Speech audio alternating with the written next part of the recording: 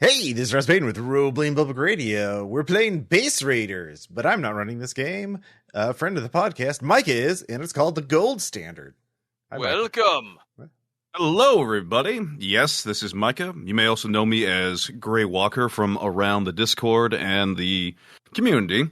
This is actually part one of a three-part scenario for a upcoming project, which will be revealed more later on, but keep posted. And there's three players here tonight. Me, Aaron, and Tom. Yay! Hi.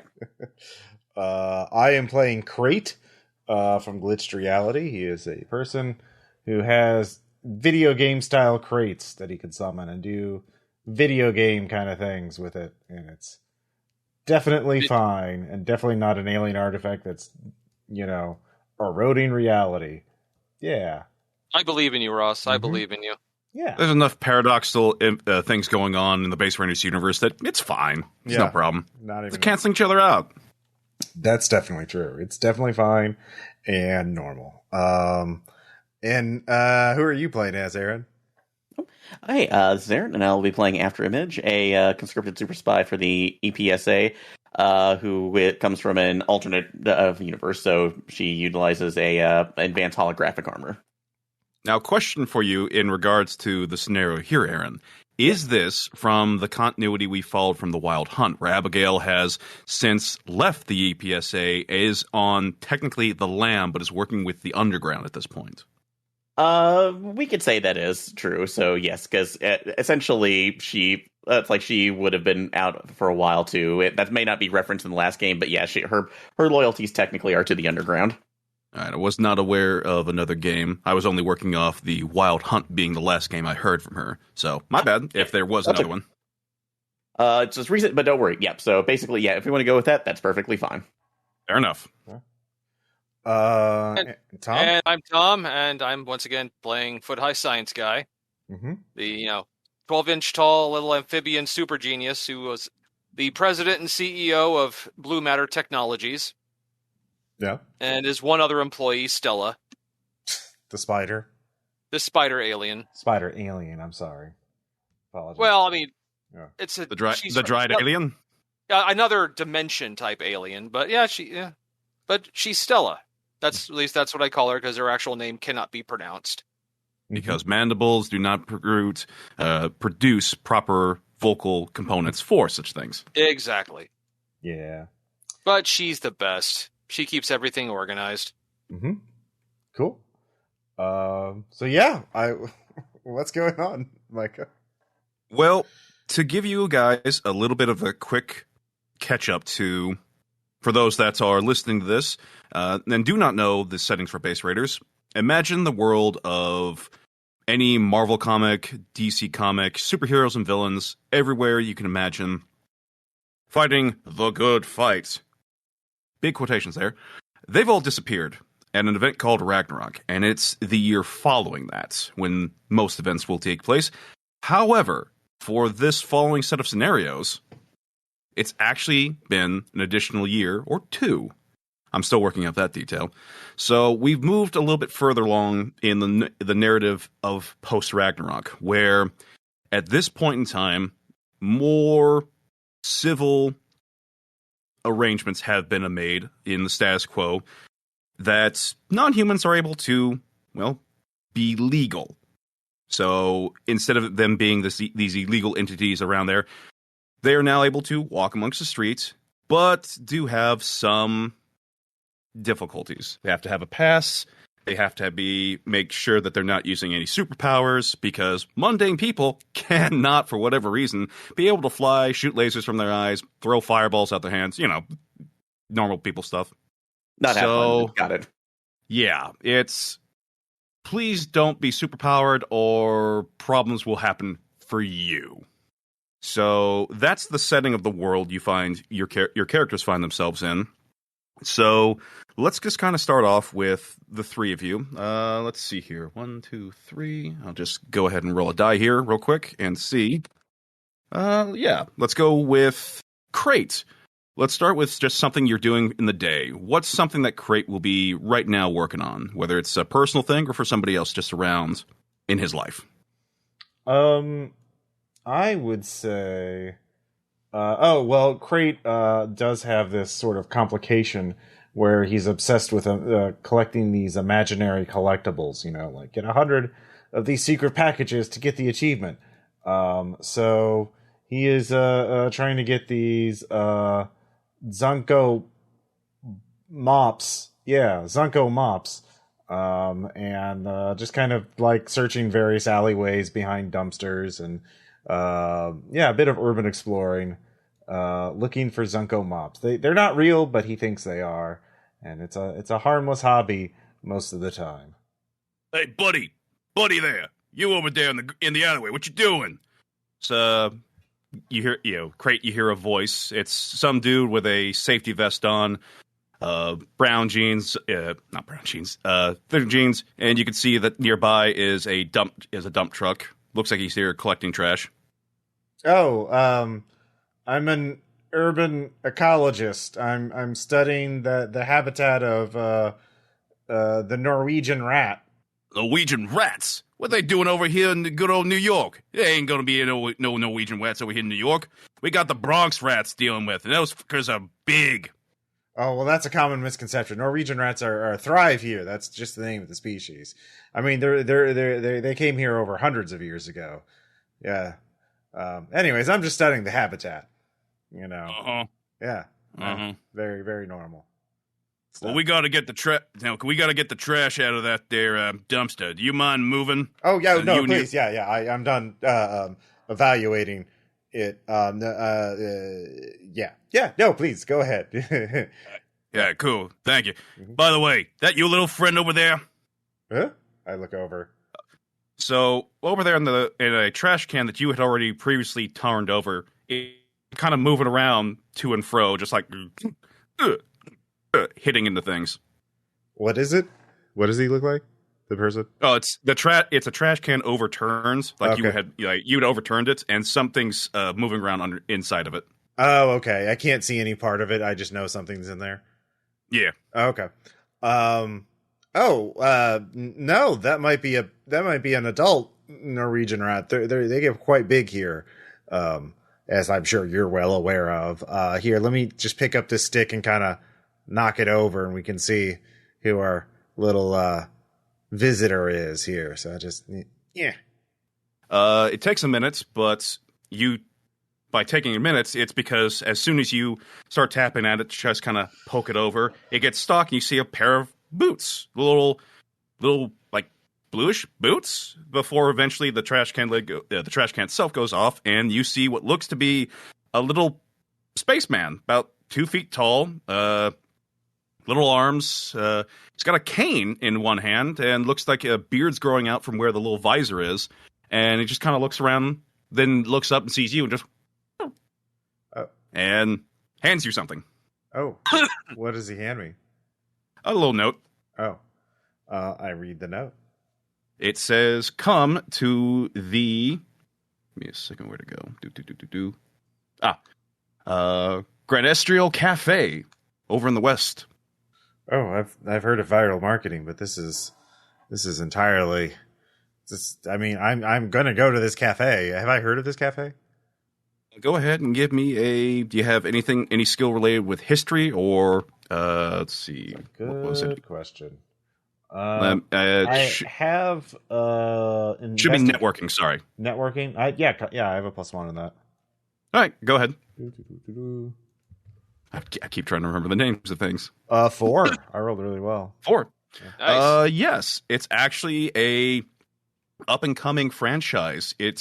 Think of Starbucks, but it hires is one of the first businesses that started to hire non-standard humans and has been growing very rapidly. It's actually got multiple shops opening up, and this little guy seems to be telling you to go to, according to the address here, the first shop that opened up.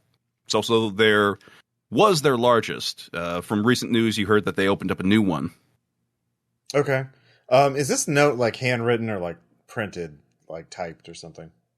Handwritten. Okay.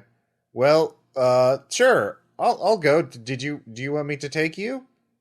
Little. He seems to hold up a weary hand, like, please help me cross the road. Okay. Well, I'm going to leave now. I'm done with my nature studies. I'm going to assist this delightful actor, definitely an actor, doing some viral marketing. And I'm going to see what this viral marketing is about. I think it's I'll get a free drink if I go. Anyways. Damn. Yeah. Wish I'd opened that trash can. Oh, well, back to my job. Well, I mean, you're on duty. You can't take a break from work and go to the cafe just because you feel like it. Union. Hey, buddy, you don't know how the union works, buddy. I clearly I don't. You're an urban explorator and geologist guy. Oh, you got your own thing. I got my own thing. Don't worry about it. Yeah, no, I'll okay, sure. Anyways, right. So I head to the cafe with this strange little alien person. All right. As you walk away and you get out the alleyway, you hear, the angel wet. Yes, that's his job. That's not my business. He just made a point. That's not my business. That's fair. Also, if I use my powers, that could get me in trouble. Yep. But that is where we will see Crate leaving from. From there, we go down the list to Foot High. Yes.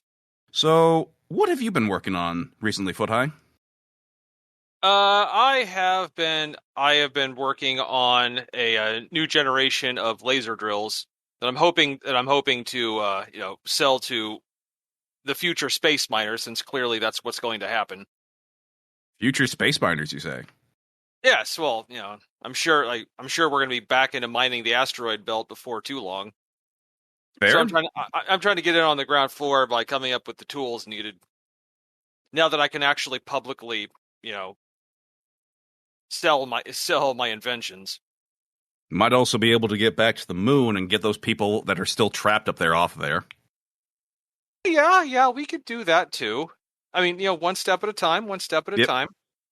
Your assistant is watching the progress. Go ahead and give me a super science roll. Make sure that it's all going well. 4. 4? Yep. You finally managed to get the laser to stabilize, which has been a great result. You've been at this, well over 200 times. Thankfully, finally the laser's managed to maintain its stability and not cause a rift in... Well, we'll just leave that alone for later on. That was a former problem. Now it's not.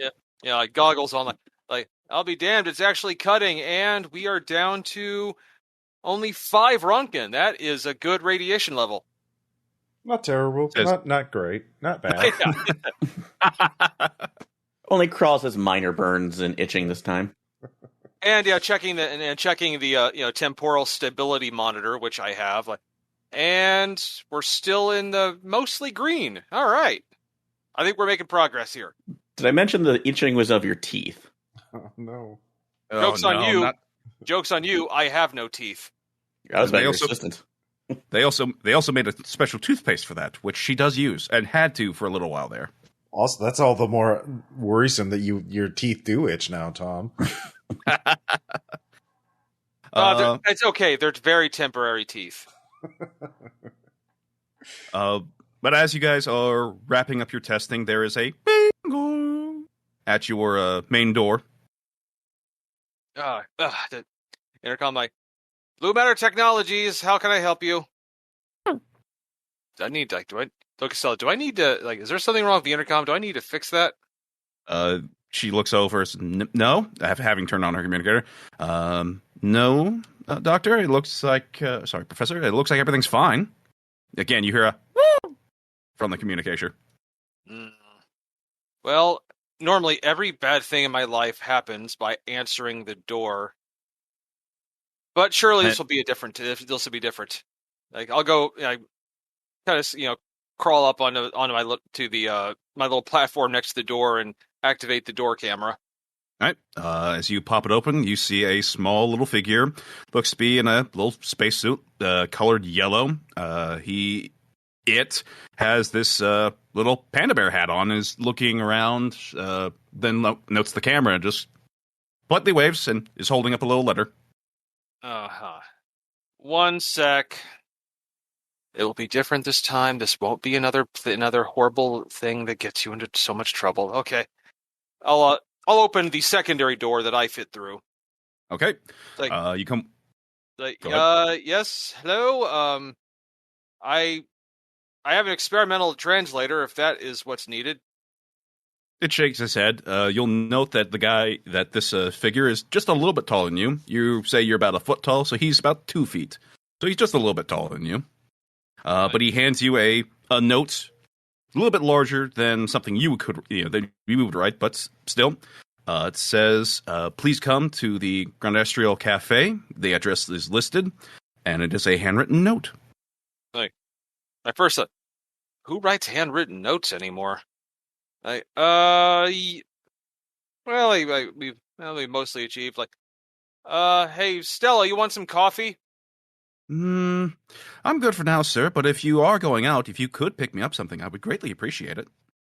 Yeah, no, yeah, I'll bring you something back. I'll take the repulsor platform with me. Very good. She taps away, and your little platform comes by. Like, I'm pretty sure I can make it sound different, but I just don't want to. But you're just gonna go ahead and follow the little yellow spaceman there. Yeah, I'll do that. All right. The two of you. Well, he goes trundling off. You just right next to him. Mm-hmm. All right. And that leaves, last but not least, Abigail. So what's going on with you? Oh, go ahead. Oh, go ahead. No, I was just going to ask, how's your day been? You been enjoying it? Everything going fine? It should be fine. Mostly I've been working out of the Black Dolphin. Recently with coordinating efforts to be able for getting at least needed resources for the underground. In particular, a lot of working around with food banks to make sure that we actually get specific donations that we had been promised into the area. Although I'm specifically doing that in the guises of several other social workers who have a bunch of different names and looks. So the ESPA does not get on to me since I'm still technically away from there, or EPSA. I'm sorry. As you're kind of there, the bartender is just like, all right, so Rachel, or is it Gertrude, or is it Sophia today? Which one was it? So you could just call me Abigail right now. Like I said, you technically, unless they're calling you right now, which Abby looks down and writes down a number. Blair Underwood. There you go. That's going to be the contact we'll be having for this week. All right, Blair Underwood. Got it. Just trying to keep them all put together, Abigail. You go through a lot of them, so sometimes it's a little hard to keep up. Well, most things are known right now too, and only 2 of them have been compromised by Sparkles. So, look, hey, Abigail. I know you've got your things with it, but Sparkles is one of our best patrons here. We got a whole wall for him specifically, not next to the dolphin. We keep that away from the dolphin. We never want to see what happens to Sparkles with that dolphin. Yes, and this is again that's more of a containment issue right now, but. Never mind. In any case, we should have a shipment of fresh vegetables coming in at least for the afternoon. And also, I managed to get a hold of some of those regents that Beatrice was asking for. So they're mostly in the level of industrial diamonds, stuff that was put out on the post processor for you. That's like using for sharpening saws and whatnot. So if any of the other entities need that, just let me know. Will do. Don't worry about it. I'll keep you up to date. Thanks for the name stuff. And who are you? I was looking down past you. Look around me. Look down. You see a little small astronaut-looking person, and it's wearing this. What's weird is it's wearing an astronaut's suit, but it's also wearing an old classic scuba helmet, and is holding a little note up to you. Look up since I'm not in. It's like I'm not obviously not skies right now. Oh God. Okay, you're not from. That's like you're not a courier. This isn't a summons, isn't it? Do you know what it means to be served? Are you from this Earth? Still holding the note up towards you, like a little. God, it looks a little bit left and right. Just like, do you please? I'm guessing not, unless this is about to explode. So take the piece of paper and open it up. All right, says you are cordially invited to come to the Grand Estriel Cafe, and it lists an address, handwritten note. So, put it up to our bartender right now. Have you ever heard of this place before? It's one of those new above the ground shops. You know, it's one of those things that somebody did that I thought I should do, but then never got around to it. You know, that sort of thing goes. And now, yeah. So, let's put it down right now. I really appreciate it, since, I can't really, it's like sometimes I can't really take my chances on the coffee that they serve down here. No offense, not human, it's a human consumption issue. None taken, he says as he takes a drink and pours it into his third mouth. Yeah, so, but that's like topside's usually not much for me too. So, that's like, there might be some other people around, that's like off to the side if you want to give them a try. It reaches up and just pokes you in the pokes you. It says, "Nope, you." Why me? It shrugs and just says, just again points you. So look at the name of the store again right now too. All right, who owns this place? That one you're going to need to make a Knowledge or research checks. Yep. Networking. Okay, I will go ahead. 1 second. I will do that under Spy Savant, which is at an extraordinary level. That'll be a 4. Or, her name is Lucy Cho. She's a Japanese-American citizen. She opened it up about a year ago, was the first one, and it has exploded in business since. She's a kind of a bit workaholic, not in the bad way, like I'm going to take over everything, but is just because of the success, they started to open up more places, so she's very busily working around constantly. Seems to be pretty straightforward, and mostly just serves anybody that comes in, but a lot of, because it's specifically catered towards non-humans, a lot more non-human people go in there. Okay, so this very well could be an issue of, so it sounds like it could be safe, but at the same time, this could be an issue of a possible EPSA bust if they think around. And is this somebody who, knowing my information, although it might be a year out of date, was this somebody that they were looking at any given point? A year out of date? No. You never heard of this person particularly, though it's kind of jogging a memory, but one of those, like, I think I know it, but I don't know. No, it's not. No, never mind. That person's in another universe. Okay, well, another universe that is very much dead, so probably if it's fine. So, yeah, all right. Well, nothing else, I'll take a chance. I'll go ahead and take a chance on this for a while, even in disguise. So, if you need me, call me. Just remember, also, again, that's like we are going with Blair Underwood. So that's like get the, especially for the industrial diamonds, Blair Underwood. Got it? Thumbs up. Got it, honey. Take care. All right. That was the second throw. All right. Let the do a convincing disguise for the armor with one of the randomized faces and address and wander out. Cool. You follow after the little spacer guy. He falls over accidentally because the scuba helmet just kind of a little bit heavy. He picks himself up immediately, just starts charging along. Are you okay there? Thumbs up. All right. So, well, if this is a trap, at least they did it in a cute way and not in a Barkles turn somebody inside out way. All right. We pan over to the alleyway, looking at the Grand Estriel Cafe, and that's where the three of you all meet up. Hi.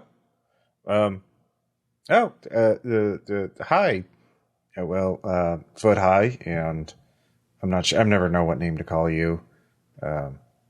Because are you saying to the disguise? I already updated this, so. Oh, you used it before, I thought. It looks really familiar. What? I have to start to work on the randomizer again. Oh, okay. Yeah. So, do you have any idea why we've been given that's like a social invitation? By the little alien guys? I still have my little alien guy, right? Or did he just go into the cafe? Nope. All three of them are just standing there. They're actually watching across the street, like they're doing that little, we're hiding behind something. But if you look at us, you could totally see us. Oh, okay. Or like, I'll take an extra minuscule cappuccino, and could also get an extra large cappuccino with rat's blood to go. Appreciate it. I think that's against the health code. The little guy that was with you, Tom, had, as you were saying that, he turned around, pulled out a... You don't know where he had it because you don't see pockets. But he pulls out a little phone, starts tapping that in, and you hear a ding, order confirmed. Puts it away, just thumbs up, goes back to looking. They're looking at an SUV being loaded up as looks to be an Asian woman along with another human are loading up an SUV with stuff. And then you can see running with them, carrying smaller things, are also a little more of these little space astronaut guys as putting things in there with a... And then running back in the store. Great, how's it going? Hi. Yeah. Good. Just taking some time, some me time. You always gotta take me time. Yeah. Just looking. I mean, just walking around New York City, seeing what I can find. Not really trying to get into trouble. It's a great town. Yeah. Yeah. I mean, I used to love to go bowling, but Oh yeah. You could build a bowling robot and pilot it like a Micah.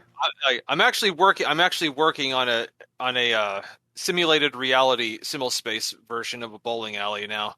Oh, well, yeah, I guess that would work too. But yeah, I wasn't even trying to get into anything, but it seems like we're getting into something. I don't know. It always happens, and I think one day I'm just not going to answer the door, but I always end up answering the door. Well, I mean, if you don't answer the door, they're just going to kick it in, or they're not going to leave, or they're whatever. Well, I don't know. I've never tried it. Well, as you guys are in mid conversation, the little guys go woo as the SUV's trunk is slammed. The woman gets into the driver's seat and starts to drive away. As she does, the human goes back inside, but one of the little spacemen across the streets who was helping them stops, looks over, waves. The other three that are with you look up, says, "Okay, come on," and start trotting across the roadway. Wait, they want us to follow? Yep. Okay. And what are we following again exactly? Like this lady? Does it look like? Nope. Okay. So it looked like those three were waiting for the SUV and this lady who was loading things in to drive away. Okay. And now that she has, they are running across the street and asking you to follow into the Grand Estriel Cafe. Okay. I'll just shrug and go in the cafe. And you're like, well, I'm pretty curious. I have to admit, I'm pretty curious. Like, let's see where this is going. I got. There's only like a 30% chance this is a death trap of some kind. Have we now learned that is never a good way to start off a conversation? What? Really? Oh. Yeah. Like the only other way that's slightly worse is just I'm so pissed off, but I kind of want to see where this goes. Which I will let you know, that's been kind of my motto since I got here, and look where it ended me up. Yeah. Seems like you're doing pretty great. If actually at this point, well, at this point, you uses the image, uses the holograph one to put one of the Charlie Brown angry squiggles over her head. Normally people will be like, "What the hell?" as you would do that, but as you are entering in and you do that, everyone's just kind of not nonchalantly not drinking away. They don't really seem to notice. Because a lot of people in here, some humans, but mostly it's what would be classified as non-humans. Despite, much like yourself, Abigail, a lot of people in here are technically human, but from another universe, so not human. But there are also things that are like Ludians, as well as, you see even a Grey over there. But the little guys are walking around. The baristas and servers are just kind of moving out. The place is busy, but they just start walking in a straight line. The little guy who had waved them over is at the forefront of them as they just start walking past everybody and lead you guys to the counter. Walk underneath it. The last one, who was the one that was with you, Crate, punches up so that the little thing cutting off the lead in there, so the table saw itself, punches up and just motions you to follow. The staff don't even notice. Right. Right. I keep following. And Foot High, as you're going by, the little thing that's you had ordered, right there, ready to go. I'm gonna say like a thimble size, cup. Yep. I just, Viennese cinnamon, yes. I'll get that larger one with rat's blood to go when I leave. Another little astronaut guy in a little white suit with a top hat gives you a thumbs up before going back to work and whipping something up for another customer. The three of you, along with your alien buddies, go up a flight of stairs into the upper level, which leads you into what looks to be a well-furnished luxury apartment. It's a very nice place, very well maintained and set up, and you can hear bustling and movement in the kitchen area. The four of them all just stand there at attention and just motion you over there. It's always in the coffee shops, isn't it? Yeah. Sometimes it's the clown. Well, no, for me, you guys never have these kind of meetups at the clown bar. What clown bar? God, shit! No, I believe you get your ass kicked going to a place like that. Oh. No. I seriously need to know, why is there a clown bar? Oh. And is it normal or not? Is haunted normal? In today's definitions of the word, I'd say so, says a more rather booming voice, as a figure comes walking out from the kitchen area.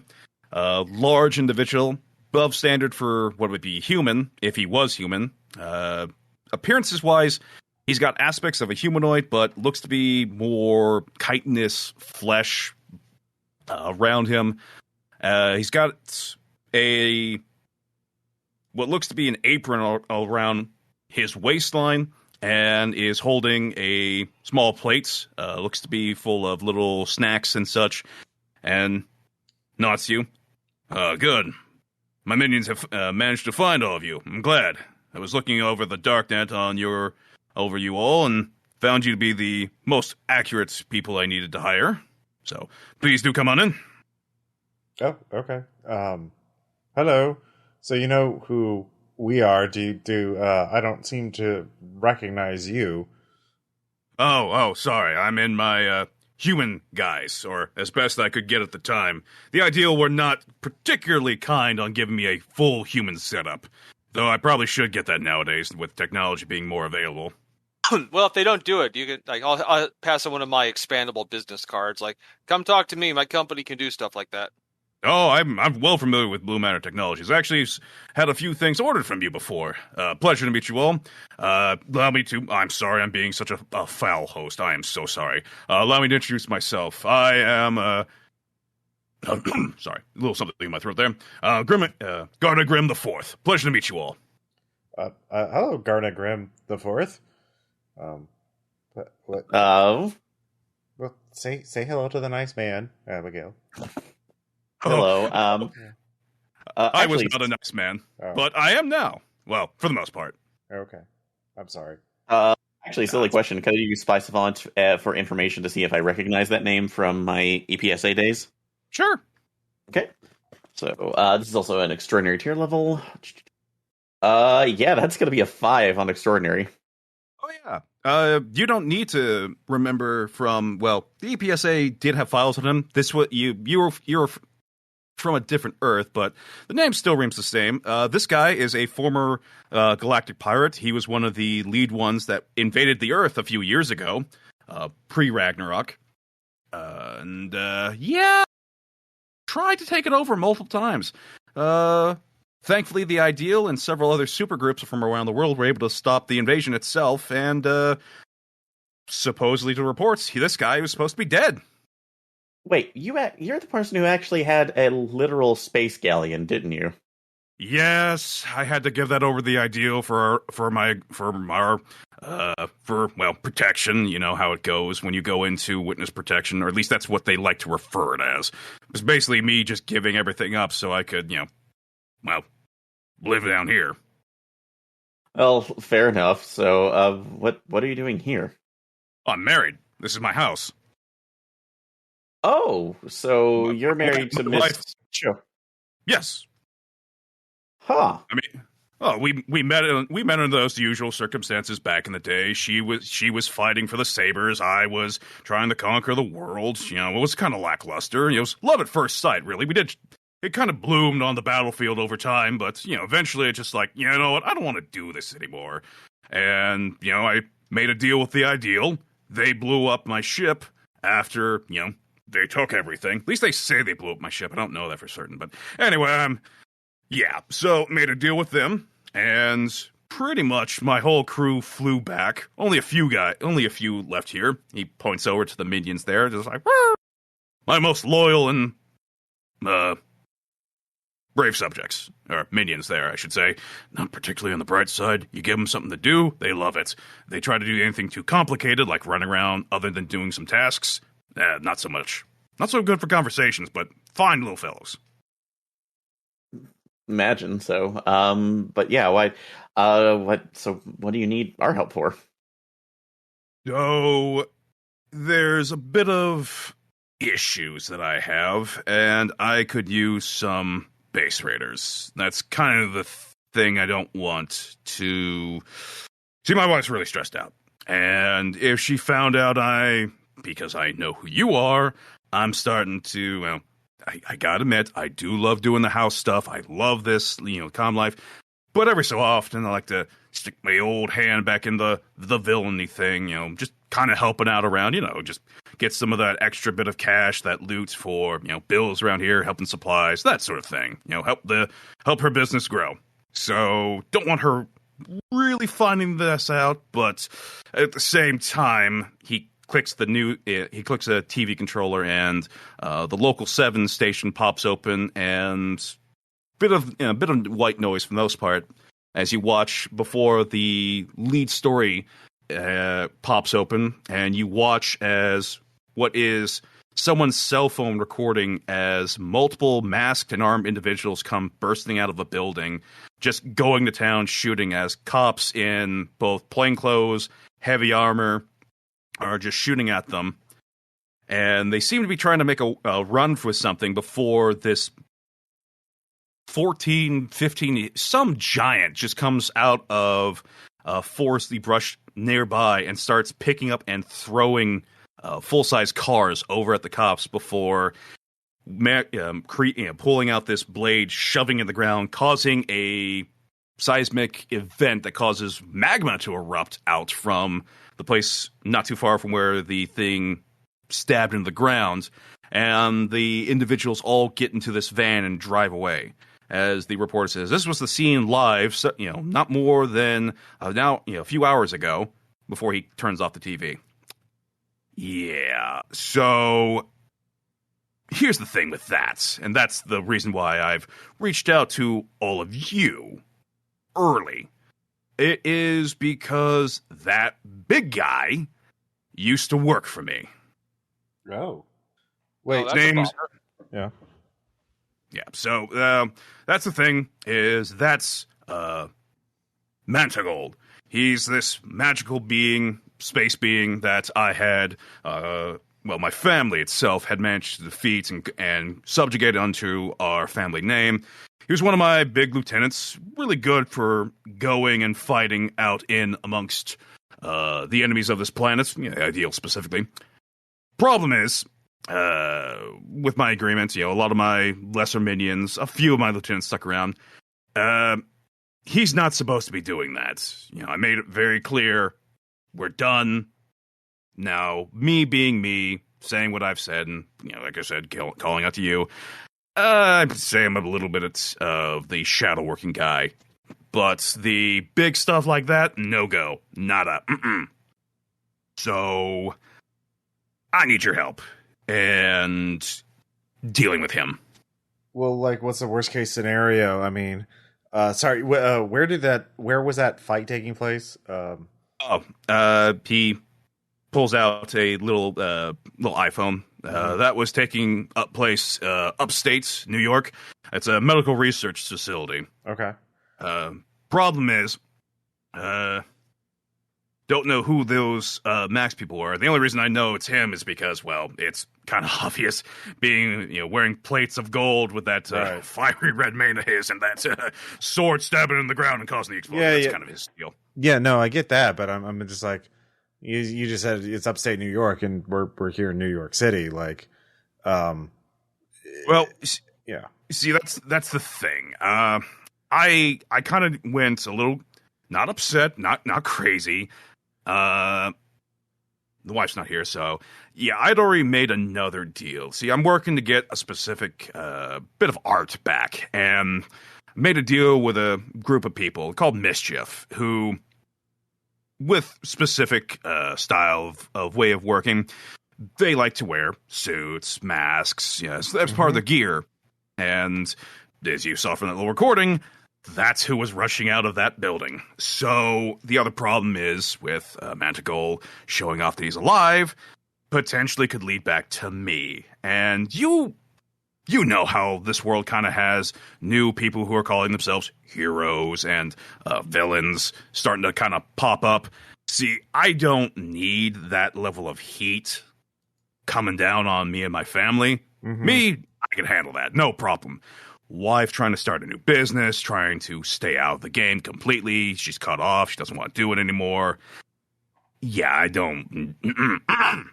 Stressful enough as it is with, as she is right now. So I need some third-party people to handle this. And I've reached out to you early than when I was planning for other stuff. But yeah, I need some third-party muscle for this. Okay. Well, then why should we help you? Like, what are you offering? I knew you would say that, as a proper business person would, as I promised to you. He types on his phone, a base. Specifically one that no one's gotten yet. Ooh. So I'll give you those coordinates, and I'll tell you a little bit about the hero that was there, specifically, so you won't go in blind to just some random trap or whatnot of whatever may be left over in there. By now, it shouldn't be a whole lot, but I never know. But yeah, I will give you base coordinates, and everything in there is yours. I just need this guy handled. Well, I mean, that's certainly appealing to me. What do you say, Abigail?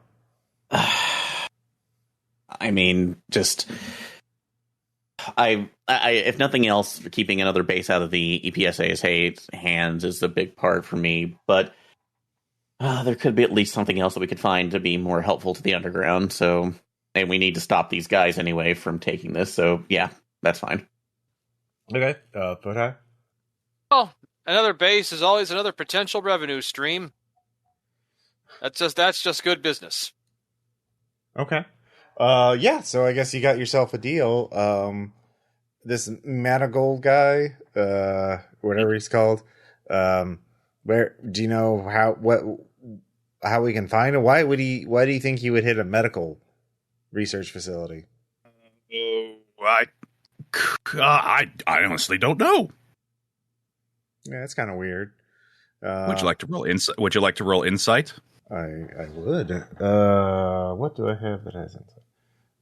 Empathy. So, yes. There you go. That is a skill full of insight.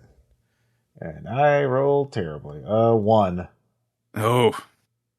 A positive one? Yeah, a positive 1. Okay. You know that face. That's a face you get when you're trying to give off a fake crate. When someone says, "Oh, this is a legit crate," but it's one of those ones that you know is a poison crate because of the bad wooding to it. So he's definitely not giving you the full answer to it, but you're not sure how you're going to get it out of him. Okay. Let's see. Well, I guess I can roll press and be like, the more you can tell us, the better off we are in trying to deal with this without drawing a lot of attention. I mean, if we get into a fight, it's going to get messy and loud, and who knows going to find out. And if the EPSA shows up, they'll figure out who that guy is, and they'll start looking up his known associates. And yeah, I mean, it's just going to be better for everyone around if you just like tell us. And I got a 2 on that. 2? Yeah. 2. Yeah, that's more than enough. When you say no, associates and such, his face immediately goes, "Yeah, it could lead back to my wife, and she's couldn't stand that." All right. So, Manigold, alien person, not of worth. Problem. You see, you may understand that had some magical beings in my employ who could enlarge a person's size to building size or thereabouts, maybe larger. See, here's the thing that's not on the medical stuff nowadays, but the ideal had classified. He's suffering from Meg. Meg? Yeah, it's officially labeled as M3G. Massive muscular mutation growth. See, I had a sorceress in my employ who could do this magically. I'm told that some people on Earth managed to find a way of doing it here on Earth. Not to great effect, but basically, though, like, Manigold here could return back to normal size after, going large. Turns out that causes some health complications, so that wasn't covered originally in my agreement because didn't know about it at the time. So yeah, he's suffering from that. So he's not supposed to be a story tall. He's supposed to be a little bit smaller than me, but yeah, how he got that big is because of that. Chances are it's got some other medical complications to it, and him hitting or working alongside a group attacking a medical research facility, he's probably looking for painkillers or something to handle whatever his symptoms for Meg is. I think I read a paper on that. Probably one of those ideal keep secret documents, one of the things on their hard drives. Like I said, it wasn't made public before, and post-Ragnarok, that whole thing just kind of messed up that release data, so it's not widely known. Well, databases are made to be hacked, after all. That's true enough. Well, that sounds like something you could do there. But also, I'm pretty sure I could treat him. Okay, yeah. So if we can find him, maybe we can talk him down and resolve this without, violence or a minimum of violence. That would be nice. So yeah, we just need to find the guy. So so it sounds like he's working with Mischief then. Well, that's the thing. It's possible. See, I'd already made up a meet with some members of Mischief for another thing I have going on, and I have a few of my own little guys that are supposed to be going to that, but they're not the greatest at negotiating. So if you want, I can give you the address for that and have you go in their place and press them for a little information on why it looks like their guys went and helped out Mantigold. Yeah, I mean that would be swell. I mean, Abigail's a great negotiator. Yep. See that she's got the gift of the gab. I totally agree with that. Mm-hmm. Yeah, definitely. I wasn't aware that was in your skill set. I'll have to make a note of that. He pulls back out his PDF and his phone and starts tapping that after a little bit. He's a great negotiator. Good. So, that point, yeah. So, shall we shake on it? Make this an official deal that for assisting me in this endeavor, I will affirmatively give you the coordinates to the base that I know of. Yeah, that sounds great. I don't see I don't see how this could possibly go wrong. No, me neither. Great. You all shake hands. Oh, great. Then you hear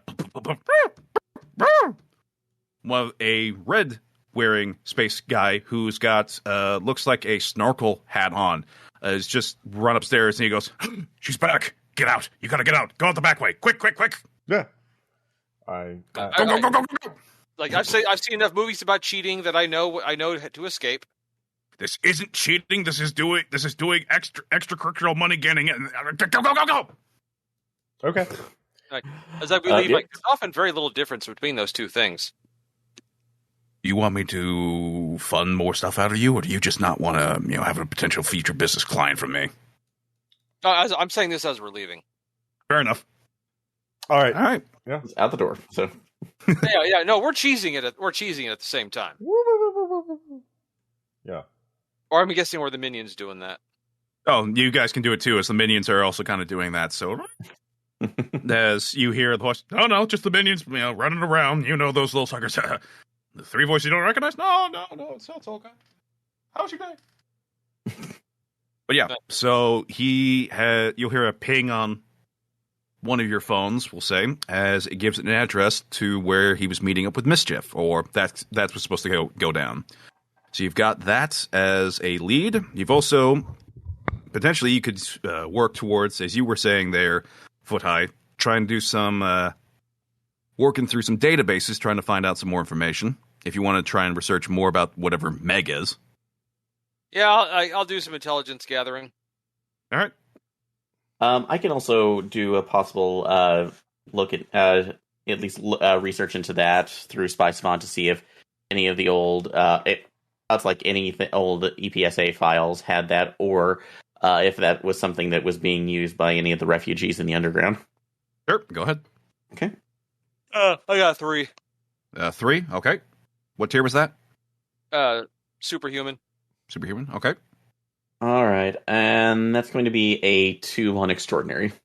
2 on Extraordinary, okay. Between the two of you, you managed to find out a little bit more that Meg, as Artagram had said, is basically the result of repeated massive growth and, the reverse. It basically causes the body's natural system to go hey wonky, and medically there are a few symptoms, symptoms to it, primarily being weakened bone, extreme muscular pain. Several occasions there, you find these in reports from Ideal.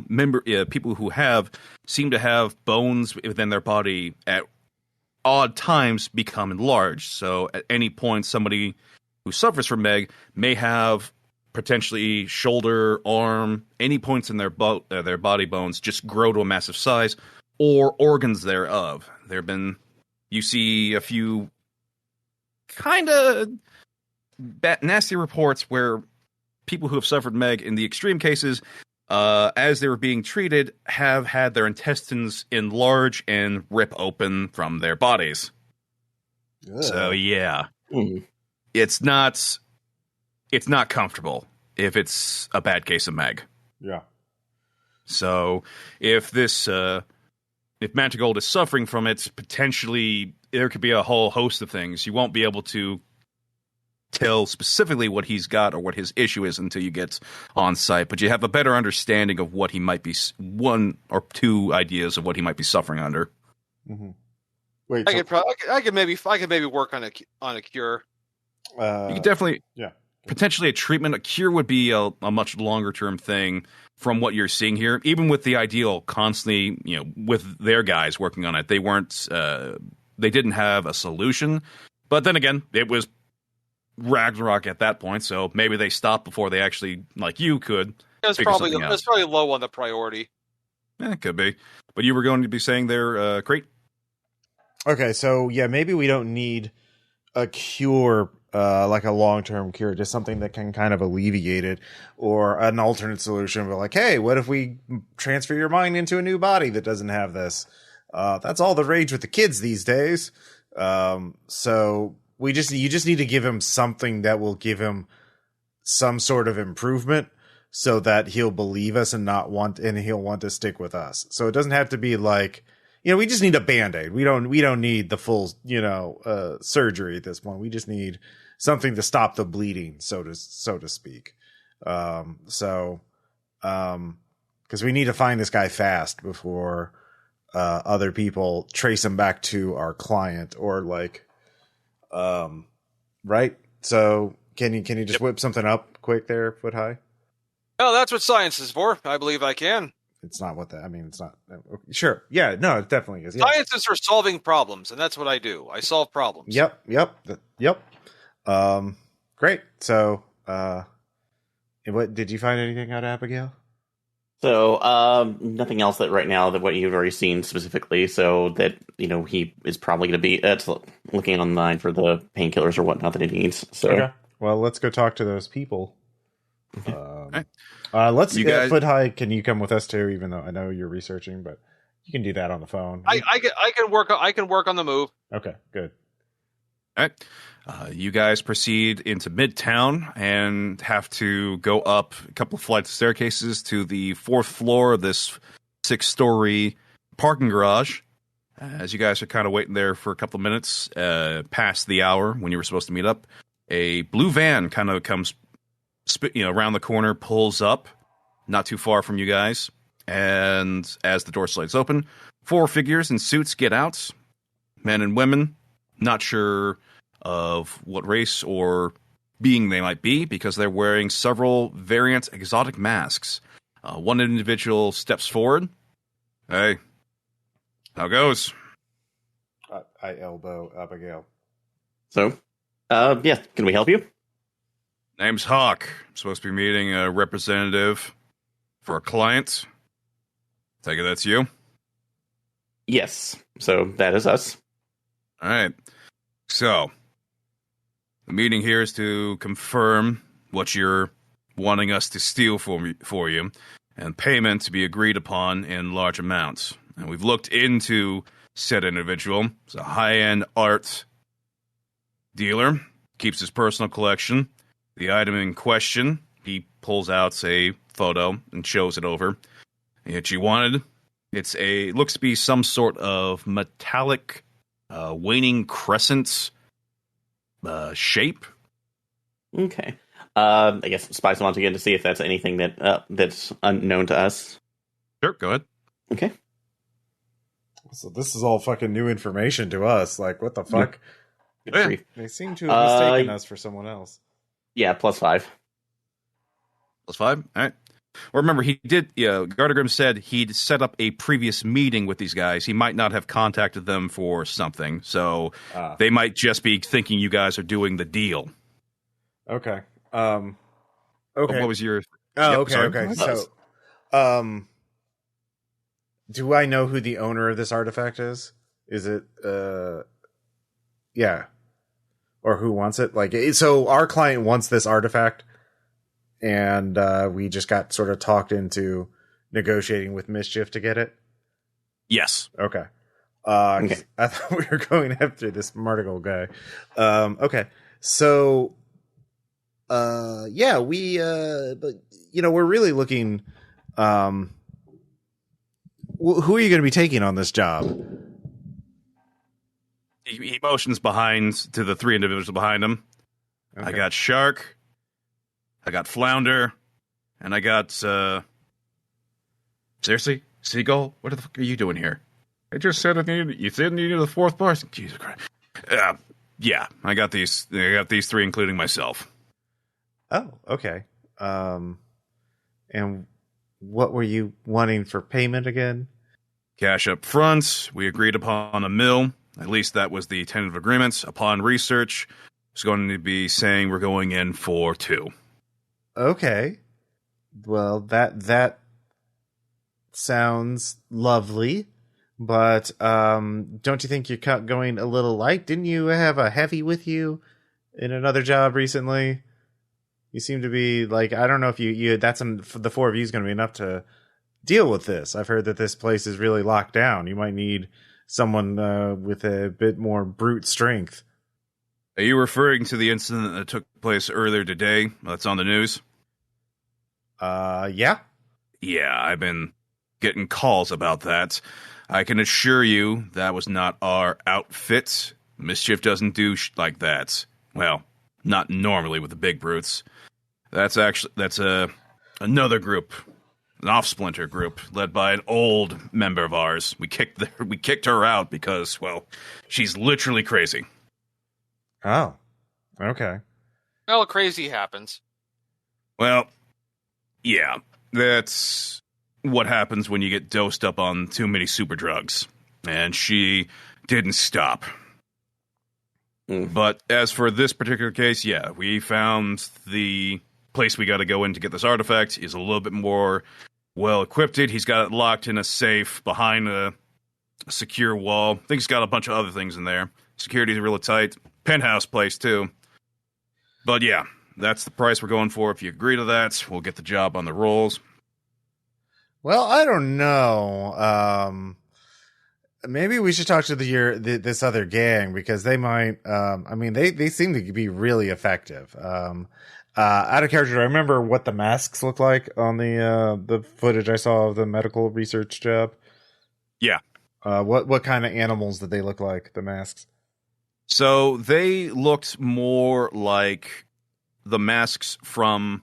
They weren't even animals. They were the ones you can find for discount paintball gear or, pretty much that. They were tinted and such, but few spray paint images on them. One had what looked to be like a spade. The other was a diamond. Last one had a heart. The fourth one wasn't wearing anything like that. Looked to be having like a demon mask on. But the weirdest thing was how it kind of moved to and fro and bounced off the horns between that rather than stay put. Huh. Yeah, maybe we should talk to this playing card gang. The four suits. I don't know. So I'm going to make a presence check to make them. All right, go ahead. Okay, so I rolled well. So my goal is to get them, like, our client hired us to find Martigold, not steal this artifact. We don't give a shit about the artifact, right? Yeah, you don't. Yeah, so I'm trying to offend this gang in a sense that they'll blow us off without them wanting to kill us. Because we got the information we want. We now know it's the playing card gang. So I'm trying to be I'm trying to basically haggle with them and trying to be like, make them think that I'm just like an idiot and they shouldn't waste their time with me. All right, that's fine. And what was the result from the roll that I made to determine any information on that artifact they wanted to steal? You got that from a 5 extraordinary, correct? Yes. All right, so for your 5 extraordinary, you don't personally know it. You did see, as one of the times you were reporting in, the EPSA were, in the lax time your handler was not really giving you any mind. You kind of noted some of the open folders down there, and you recall seeing some information about the staff repulsor or something like that, and how it had a couple of parts to it, the staff itself, and a headpiece that was like a moon shape with a gem, a red gem in the center of it. That's supposed to be something like a power source to it. But yeah, it seems that just that kind of pops in your head. So looks like this is some sort of magical artifact. It seems. Does it look like wait? So you notice the red gem? Is the red gem missing from the picture that we were given? Yes. Okay, then we can actually use this to our advantage. So blowing it off, I can. I look back right now. 1 second. Do you mind if I confer with my colleagues for a minute? Go ahead. Okay. I can wait. So, look, Terry, I don't know. It's like, all right, you're wanting to blow them off without just getting our head shot off, right? Yeah. I mean, okay. I can probably stun him unconscious if we need to do that. Well, I mean, no. It's without. I don't know. Flounder looks pretty scary. I don't want to find out what his power is. Yeah. So, but I found out that this artifact is incomplete, no matter what. So, if we can make more of a story, realizing that sending me off on a wild goose chase, that's like for something else. That's like instead of this, that will take them around a long time to get out. Then that should put us in the clear and explain the situation with the red gem. Okay. I mean, well, maybe they already want to blow us off. Let's see. But if they don't, yeah, go for it. If yeah. Okay. All right. Okay, then I'll let you do it, and we'll just keep that in my back pocket. So yeah, basically. So yeah. So I go back and be like, yeah, well, I don't know. Maybe can you do a little better? Like, what kind of terms are you offering? Let's yeah. So I'm just kind of waffling and trying to haggle over minor points. Do you really need $1 million up front? I mean, I can get the money, but like, do you accept Dogecoin? Like, Yeah. Fenrir coin. Yeah, basically. So, do you Look, accept okay. NFTs? Yeah, I have one of a duck. It's supposed to be I came from a world that's no longer there, so we only have it's like egg odd coins. Yeah. I'm the Yeah. I'm the CEO of a tech company. Mm-hmm. As you guys are saying that, Hawk just kind of puts his hand up. I'm like, are you kidding me? To his mask. But as soon as you mention the Dogecoin, Flanders sits up. She's like, what? All right. Clearly, you're not interested. You want to try your hands because you sounded like you want to try your hands with the Flush Gang. Fine. Look, if you want to deal with them, go ahead. They work out of upstate. I can tell you. Last I knew, they're working out of a warehouse district up there, near the port. But if you want to deal with them, go ahead. I'll give you a warning, though. Our prices might be a bit steep, but if you go with them, just to let you know, they work for Paragon. They moonlight sometimes, but you want to deal with them, you'd be dealing with her too. Oh. Ooh, that's Problematic. Look, I'll let you. Seems like you guys need to discuss more with you amongst yourselves and your client. So I'll let you go do that. So I'll call back to your clients and set up another meeting if they're still interested. But if that's all, we'll take off. Yeah. We'll be in touch for sure. All right, number's still the same. We'll lay down that offer, and that's where our offer stands. So until next time, if you're going to go up there and try to haggle, good luck. Okay. We're out. Sounds good. All right. They get in the van, and the van speeds off. Well, that was useful. I'm gonna be honest. I don't want to get anywhere involved with that gyms and artifacts, and I don't know. We got enough to deal with right now. Let's just get this guy and get him treated. Get him stop with all the super villainy. So, but Paragon's kind of a problem, being is my understanding she's a clone of a supervillain, so yeah, kind of a mean one. We've had dealings. Oh yeah, so yeah, we should be maybe a little cautious. Yeah, let's just go. Yeah, sorry. Yep, nope. I was just going to confirm that you guys were given the address. It's basically an upstate New York port, and from what you understand, if you guys take off, if you want to do any traveling up there, mundane-wise, you can get there by nightfall. If you want to get there sooner, probably talk to somebody who can give you a teleport up there. Yeah, let's go upstate New York, gang. We're not really a gang. We're working together, but we are a gang of buddies. Yeah. There you go. Yeah. I'll drive. I got a van. Yay! That's probably the best. I can also get Stella to drive us. She has a driver's license. Yeah, sure. Might as well. We can take. I can. If she gets tired, I can drive. All right. A couple of hours later, you guys arrive at dusk. You got there a little earlier. Turns out Stella's a bit of a lead foot, or one of many lead feet. Yes, indeed. You didn't. It was a pleasant car ride, as long as you. She wasn't making any multiple lane turns, because she still hasn't figured out turn signals. At least she says that. But anywho, you arrive at the port. She has to drive with multiple eyes. It's a little weird. Just a little. But you arrive at a harbor. It's kind of it's a harbor area, but the place you were informed is this section with multiple warehouse storage areas, and thankfully that looks like no one's really on gate duty. Looks like this place is a little bit slow running, but even walking in just a little bit, you don't see anything, but you can hear a booming voice, like somebody shouting behind a door, is coming across from the the wharf here, and you can hear it a little ways. So we can't make out what the voice is saying, just that it is a booming voice. Yes, Okay. it definitely it's unintelligible at this distance, but if you got closer, you might be able to hear whatever the voice, this booming voice is saying.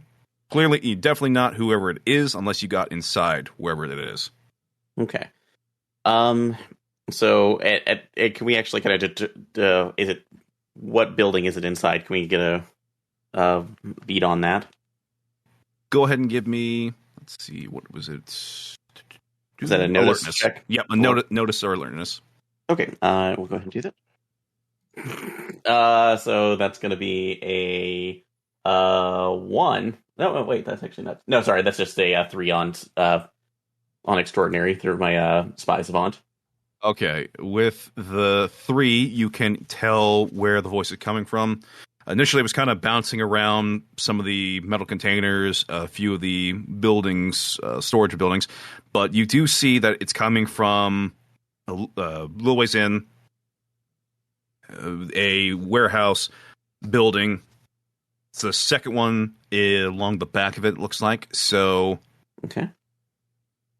As you approach, no need to try and hide at this point because the doors themselves are shut. But as you approach, you can hear this booming voice clearly saying, "Look, you got the job, you got the information. Now give me my stuff.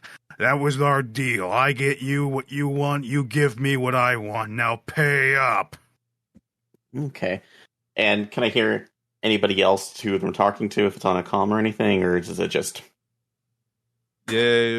You'd have to probably get inside because the door itself is shut. The fact that you can hear him through it either means he's actually shouting or potentially because of his size or something else is going on with him. His voice is just carrying through the door. Okay. Any open windows or other openings we can see? None open windows or doors. So if you want to try and break in, that could be easily done. Small vents? Small vents? Oh, there are plenty of small vents over there. Okay. I can crawl through one of those. Okay. I'll summon a crane and look and go undercover as a dock worker. I'm just a guy carrying a crate around, totally normal. That's fair.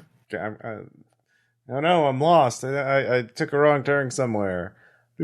So I'm just going to be, outside, waiting with the crate. All right. Yeah, that's a 4 for sneaky. Okay. You very quickly, as you guys are kind of looking around, Abigail, you're looking around for a window or a door to kind of go through. You just hear there we go. As you watch Foot High just go up into, looks to be like one of those little vents where looks like air is being pushed out from, or supposed to be, and he just goes right inside. And Crate all of a sudden just like, I'm just a dock worker. Don't mind me. What's going on? I seem to be lost here. Oh yeah, I am just a dock worker. I am lost. Hi, who are you?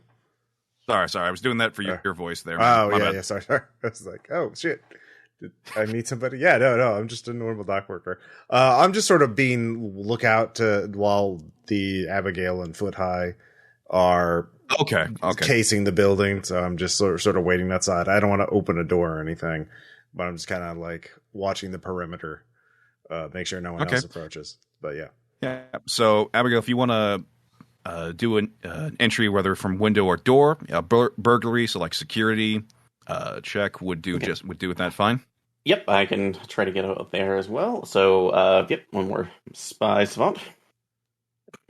That's going to be a 2. No, actually, it's the same things before, man. You rolled it twice. Did I? No. That is actually different. So that just zeroed out. There's actually 3 negatives on there. So just one. That was the same thing you rolled not too just before Foot Highs. I can see it on the screen. It was Spice Savant both times. You said it was a 3 last time when you rolled that. Yeah, well, no, the one above me was 0 totally equaling out, so that's just +3. You're right. I see 2 negatives. I thought I saw a third there. Yeah, so that's going to be just a 1 at extraordinary to try to lockpick this. Okay, would you like a fate point? Sure. Okay. You go climbing up because you see a window you can potentially get through.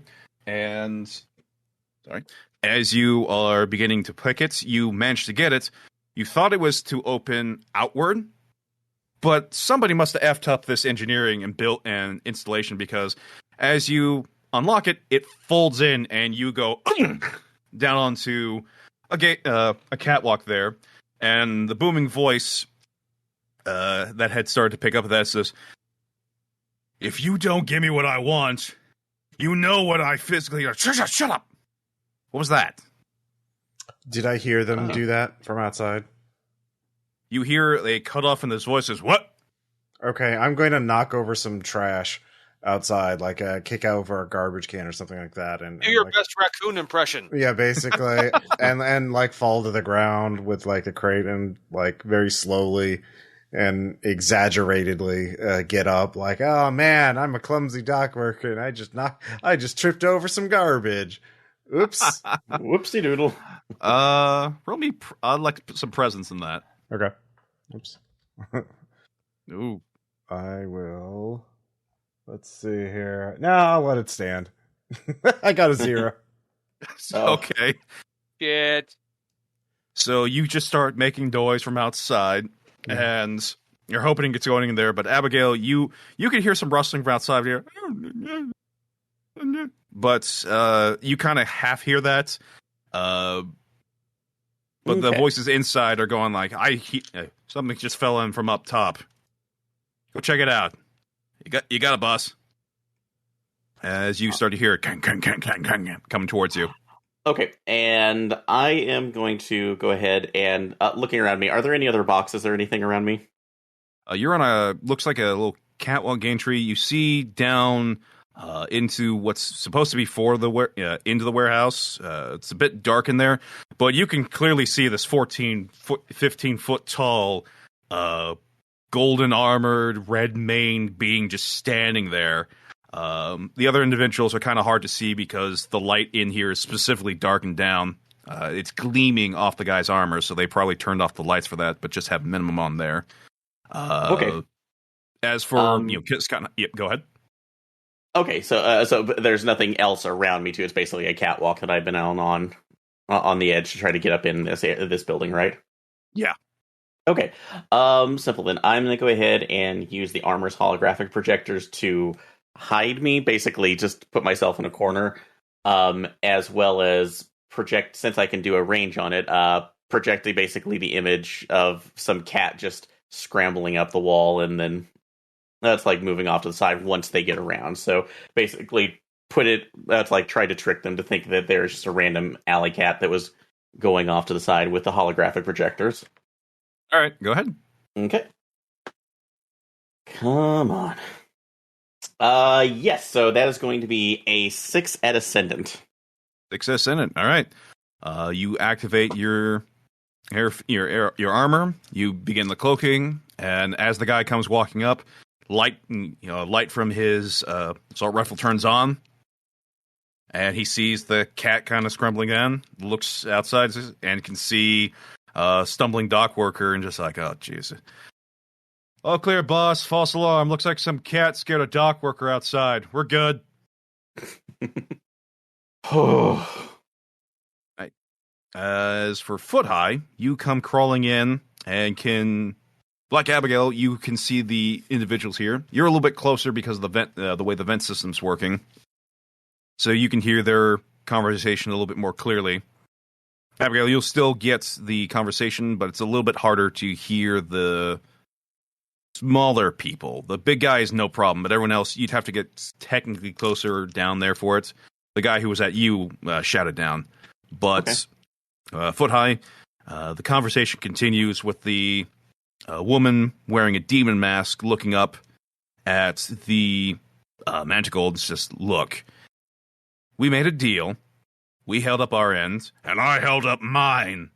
You partially held it up. You promised us some coordinates. You haven't given us that. You want what we've got, so hawk it over. Where's the base at? You said you knew it, so give it over. Fine, I'll give you your coordinates, but you better just lay it out now. So it seems that you've caught them in their hostile negotiations.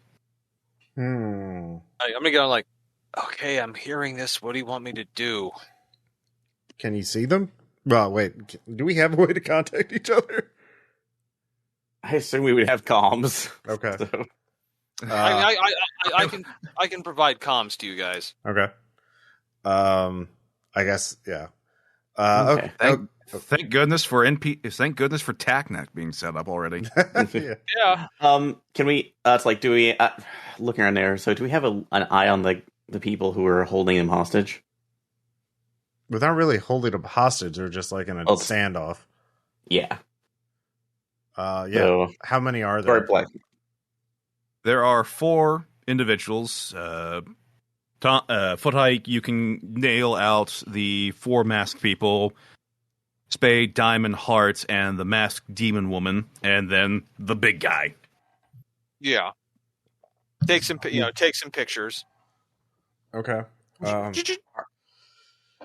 Are these agents of mischief as well, or are these? No, remember they used the split. The mischief said that this is a split off, a splinter faction. Essentially, remember, like they left to form their own gang, and that they're crazy, or at least their leader is. So, basically, I mean, honestly, we could just let them see how this plays out, and if our target gets in trouble, we can come in to rescue him. And but like we should just watch. I mean, honestly, eavesdropping is probably our best play right now because they outnumber us. And if we attack now, the big guy will probably join their side, thinking we're cops or something. So, yeah, probably so. So yeah. All right. Yeah. Well, if you want to get up here, I can use the armor to get us into a closer position. If you want to, if you want to be in with Foot High and I. So as you guys are discussing that, the Spade comes back out, Foot High, from the shadow, and has what looks to be this large canister with him, and places it down. See, here's the drugs. We'll hold up our end of the agreement, as you said. Now give us our payments, and that's the base coordinates.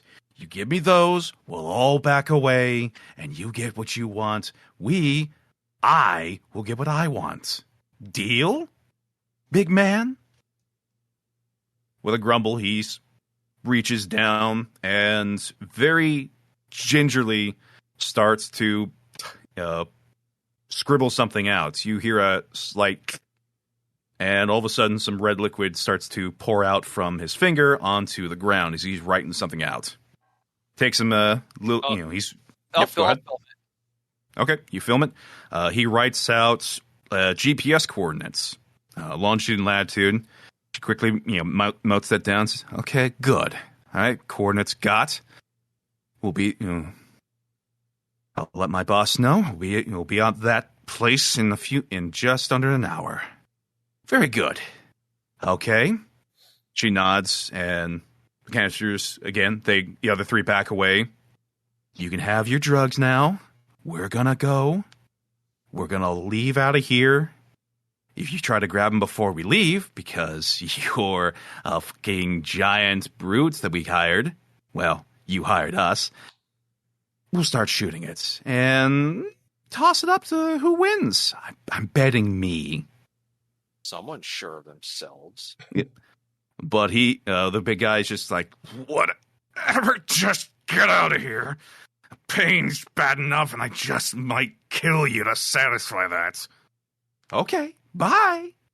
And the 4 of them quickly run out the building. The moment there you hear a slam and crates, you can see 4 individuals come running out past you. See, I told you it was a shut up and run. You can see as they're running, something's being held by Hart. Wait, so they're outside? I can see them. Yeah, they ran out another door. Looks like it had been locked. They just shoved it open. And as they're running by, Hart had something, and the demon woman is just shouting them to run faster. Okay. What is Hart holding? Looks to be some sort of small canister. Looks like it's got some sort of liquid in there.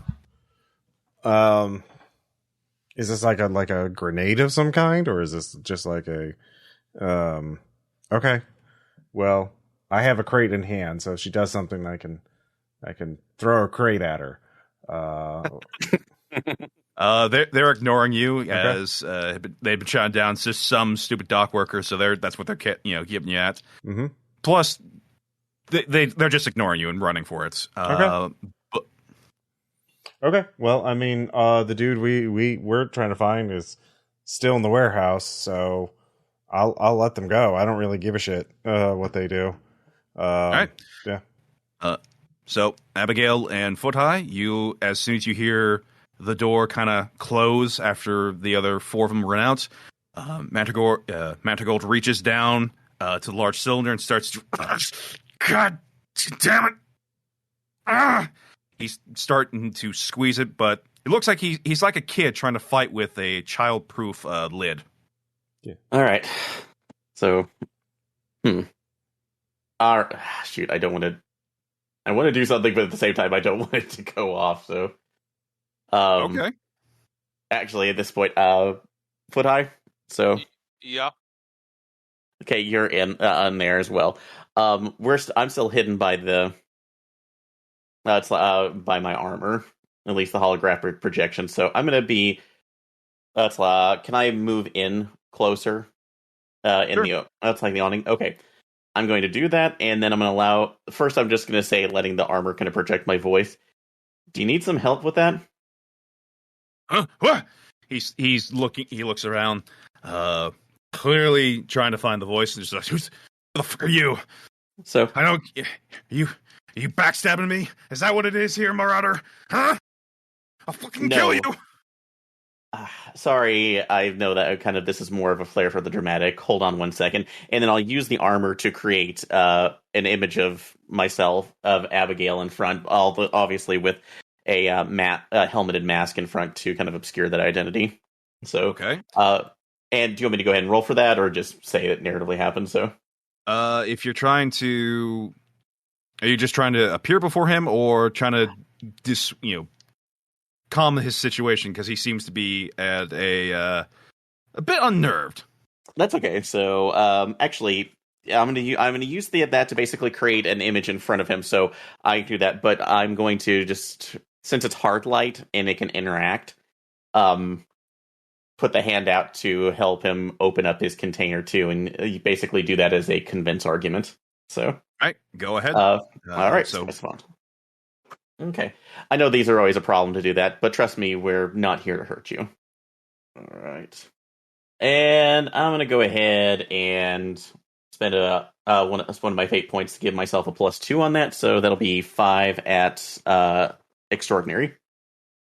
Okay. Or my want to convince. Yep. You reach down.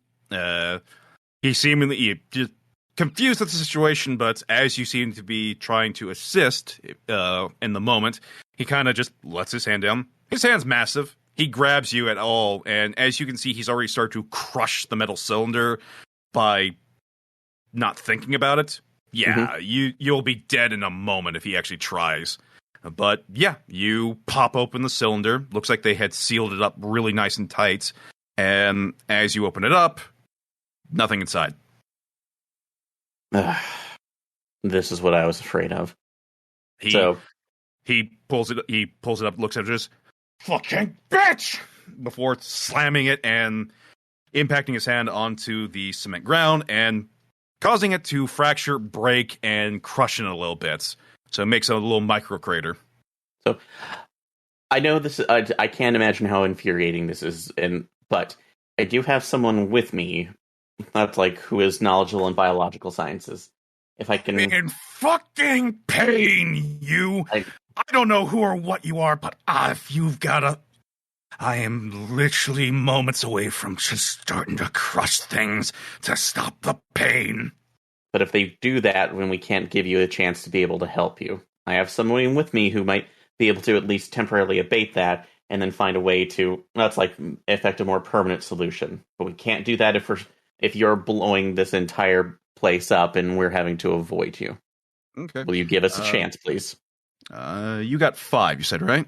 Mm-hmm. Given his stuff, that'd actually be enough for spin. So I will say he just goes with it, and for the moment, in the moment he was yelling that, you start to really feel the local temperature start to rise, and you felt very quickly beads of sweat coming down your neck and head there, but that's slowly abating as he seems to be somewhat calming down, but as you're close, you can hear very pained and labored breathing coming from him. Sure. So, and like I said, I'm still up technically in the rafters, just basically controlling it. So I'm up where foot high is at the moment. So, but I nod to him. So, and then I say, my colleague's going to come down. So, and again, we're going to try to do what we can to abate the symptoms for right now. Okay. Hello, sir. I am a doctor. And while I do that, I'm also going to unlock the door for Crate so he can get in. Okay. I'll come and say, hey, you need some drugs? I can get some drugs in these crates. What?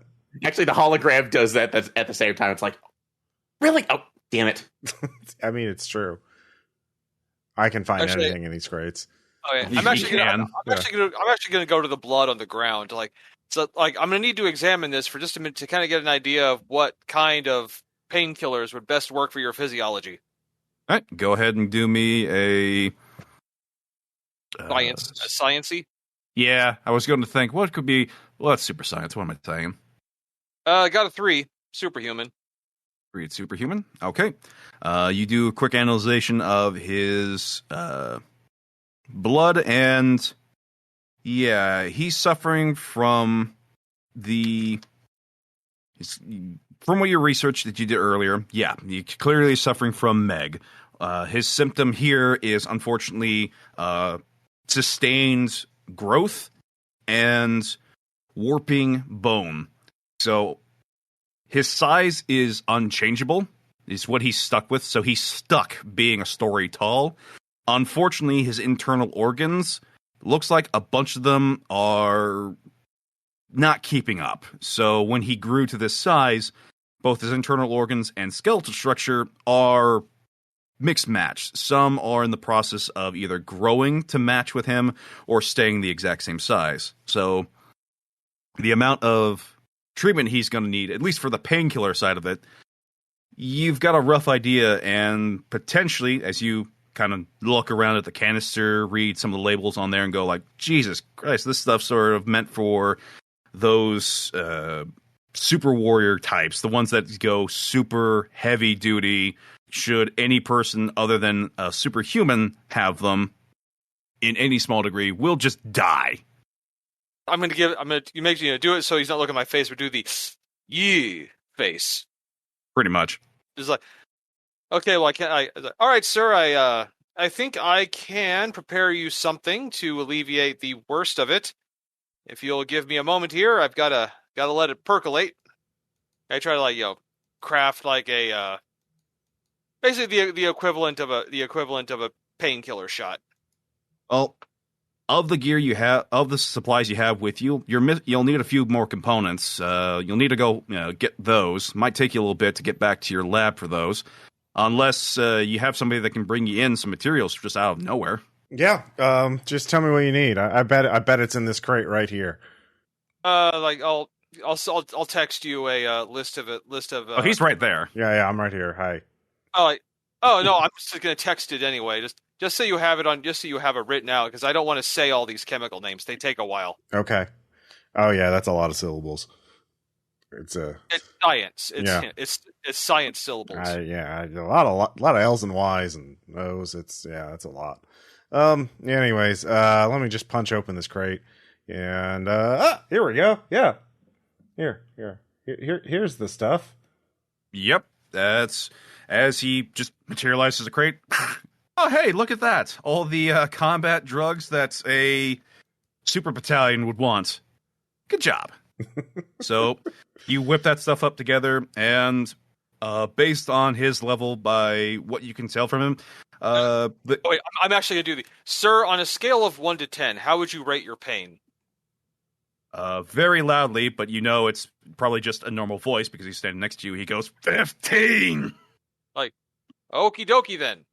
We'll fix you right up.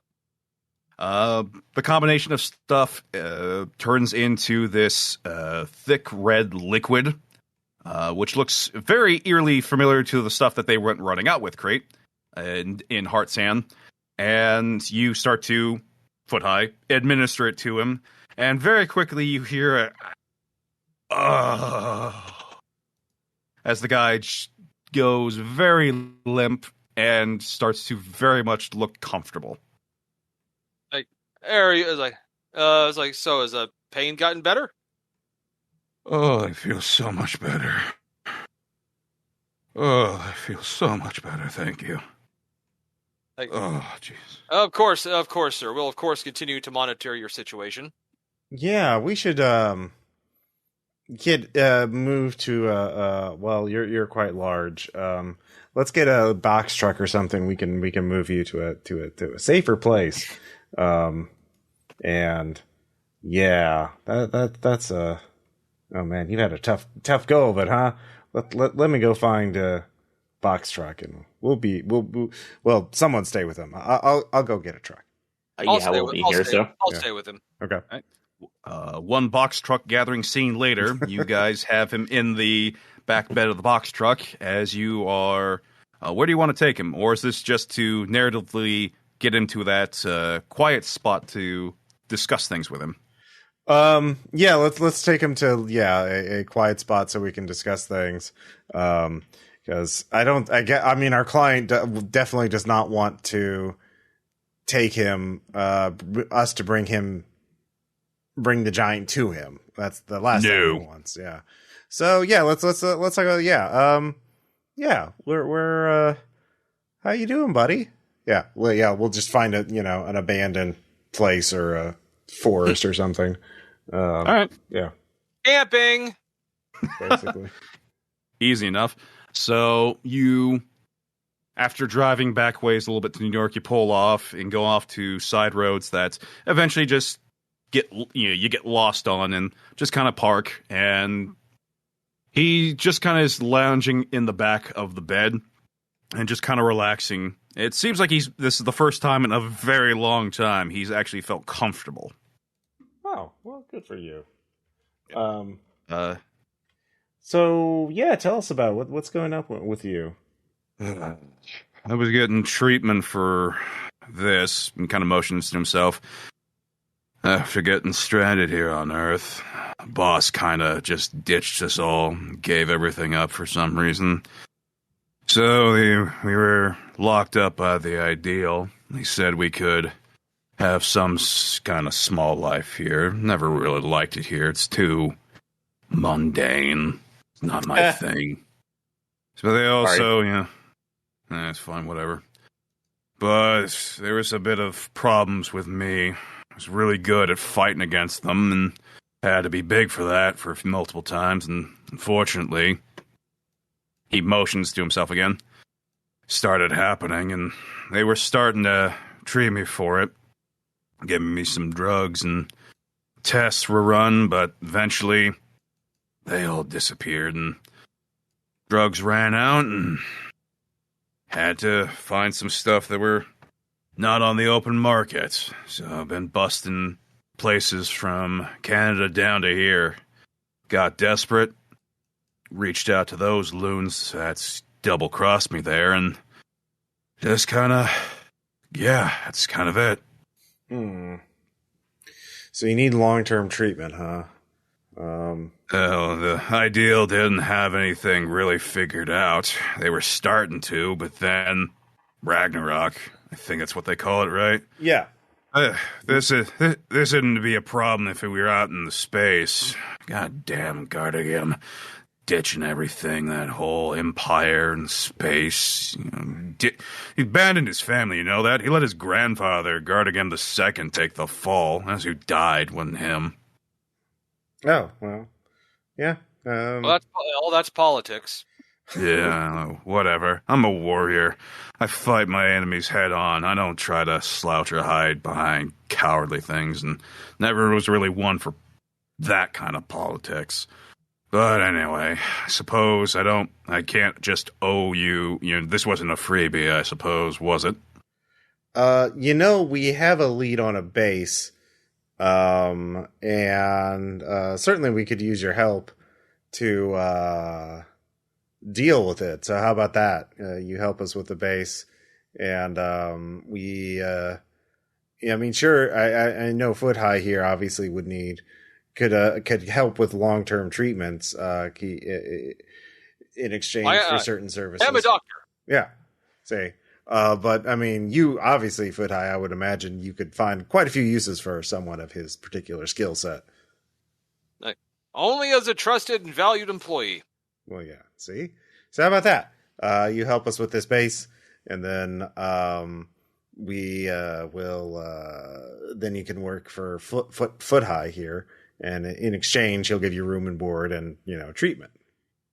He turns over to you, Foot Ice. Do you also have enemies or things that I can do battle against? I don't have any enemies that directly threaten me, but they always seem to pop up.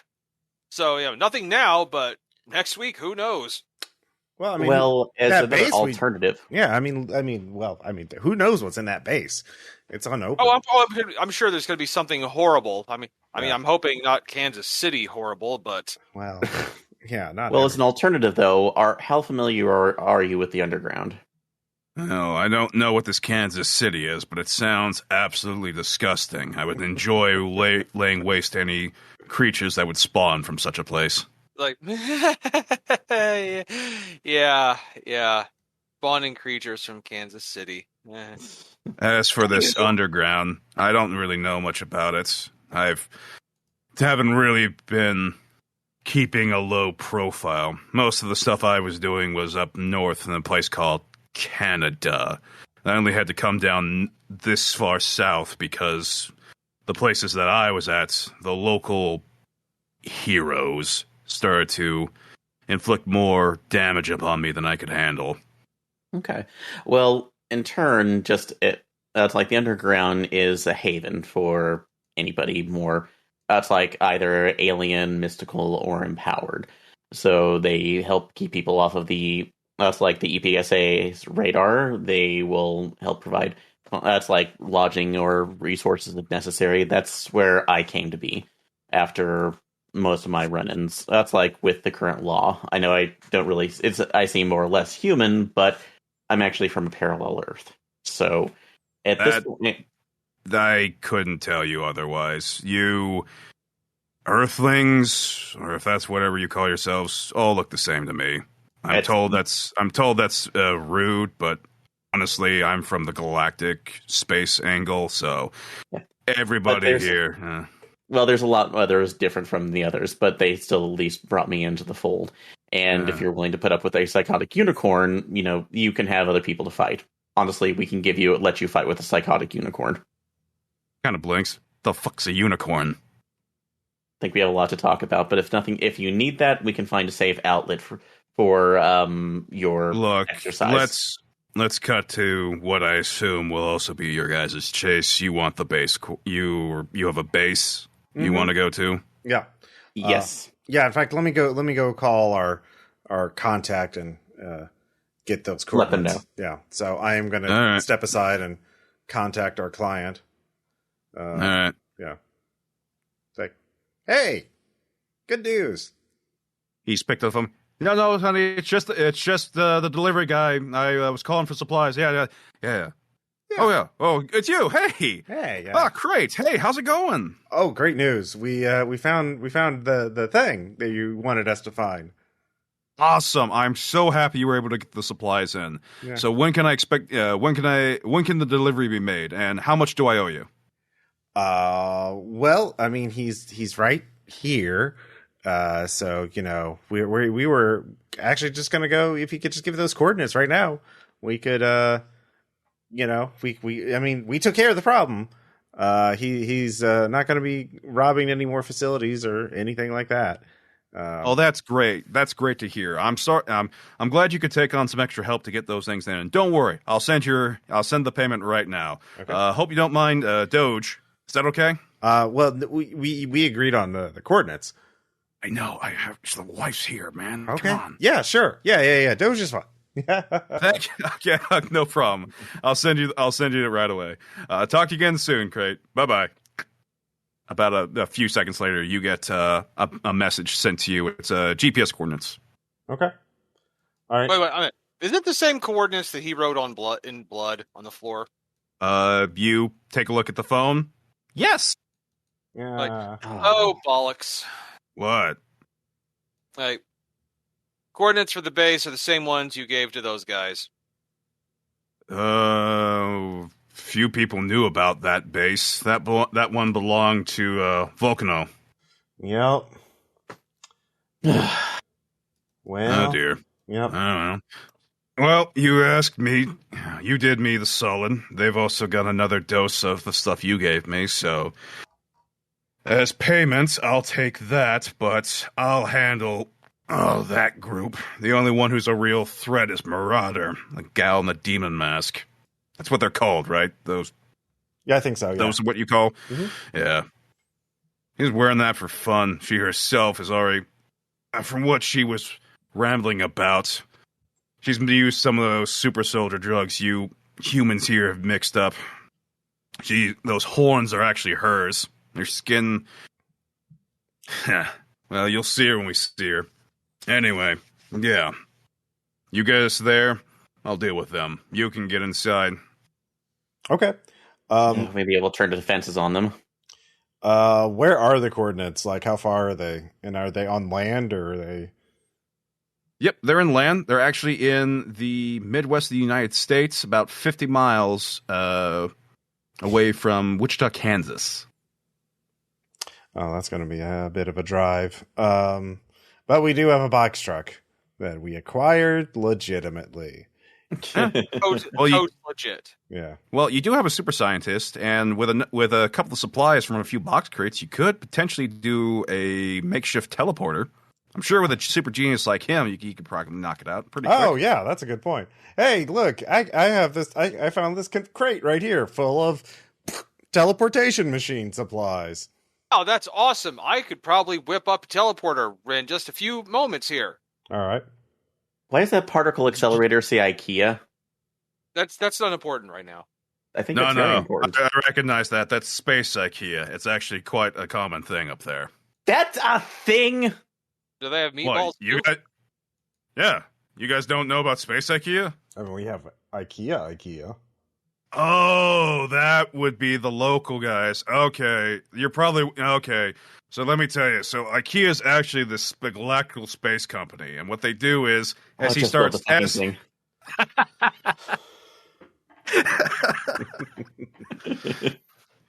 So, very quickly, Foot High, you go to and fro. Get a little help from Abigail, Crates, and even...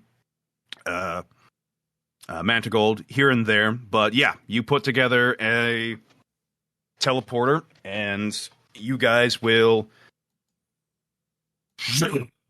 teleport right to the base coordinates. And as you guys arrive, normally the Kansas area is pretty clear skied, as it were, high heat. But over the last year or so, the region itself, from Kansas to most of the Midwest, it says, has started to get a lot more turbulent weather. And as you guys kind of teleport in, high winds have kind of picked up, and a very storm-ridden sky is just kind of crackling over you. As Mantigold just kind of looks around. I knew the coordinates. I don't see the door. Any of you? I will look around. Okay. I have alertness. And I will make a notice check as well. Go ahead. And I, that's... Well, it's a +0, so I get, I Sorry. Chris Sark? What? Aaron, how'd you roll that? He rolled... It was me. He rolled social media, which is an automatic fail. I saw one for a gecko a few days ago on Twitter. All right, that is going to be a +4 at extraordinary. +4 extraordinary? Okay. Yes. I will say, while you guys had some downtime, you also researched the hero that he said. Volcano was a geological hero. He was kind of a lesser hero for a little while. Mostly dealt with more things related to the Earth as such. So anytime there was more a terrestrial issue that had to do with somebody messing with something on with the Earth itself, he would be involved with that. But a few months prior to Ragnarok, he started to gain a lot more clout. Seemed he had done something important with some sort of thing in the U.S. Capitol. Something in D.C. involving Omega, but you kind of had to skim past that because you were just kind of looking for other stuff. So geological. He used geothermal stuff primarily to, from your understanding, was his specialty. So looking about, he'd have more for a hidden base. He'd probably have more of it hidden in a rock face of some kind. And as the four of you are kind of moving about, you see the area that you've rented in does have a lot more mountainous rock seeming to kind of pop up. And after looking about for a bit, you find what's supposed to be a rock formation, but looking to and fro, it's one of those, wait, this doesn't look the same way if I step to the left here. What's this? It's like one of those natural sort of illusions that you don't pay attention to as you're walking straight by. So you turn around, look, and you grip one of the stones there, and as you kind of just work at it, it starts to pop. It pops open, and you give it a spin, changing the look of the rock and shove it in, and all of a sudden you guys hear this large as rock face stone just moves and opens up to reveal a large doorway. Looks to be large enough for a vehicle to squeeze in through there. Oh, well, okay.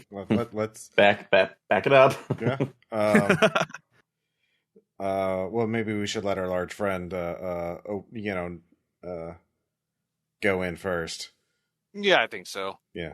He walks up. You see his hand just kind of open up as the shimmeringness of his armor kind of fades, and his armor moves across his flesh down over onto his arm before becoming this blade, nearly of shimmering gold and other materials, as he just pulls back and stabs into the door, then moves his hands. It starts to reshape and grips it with both hands and just opens the door.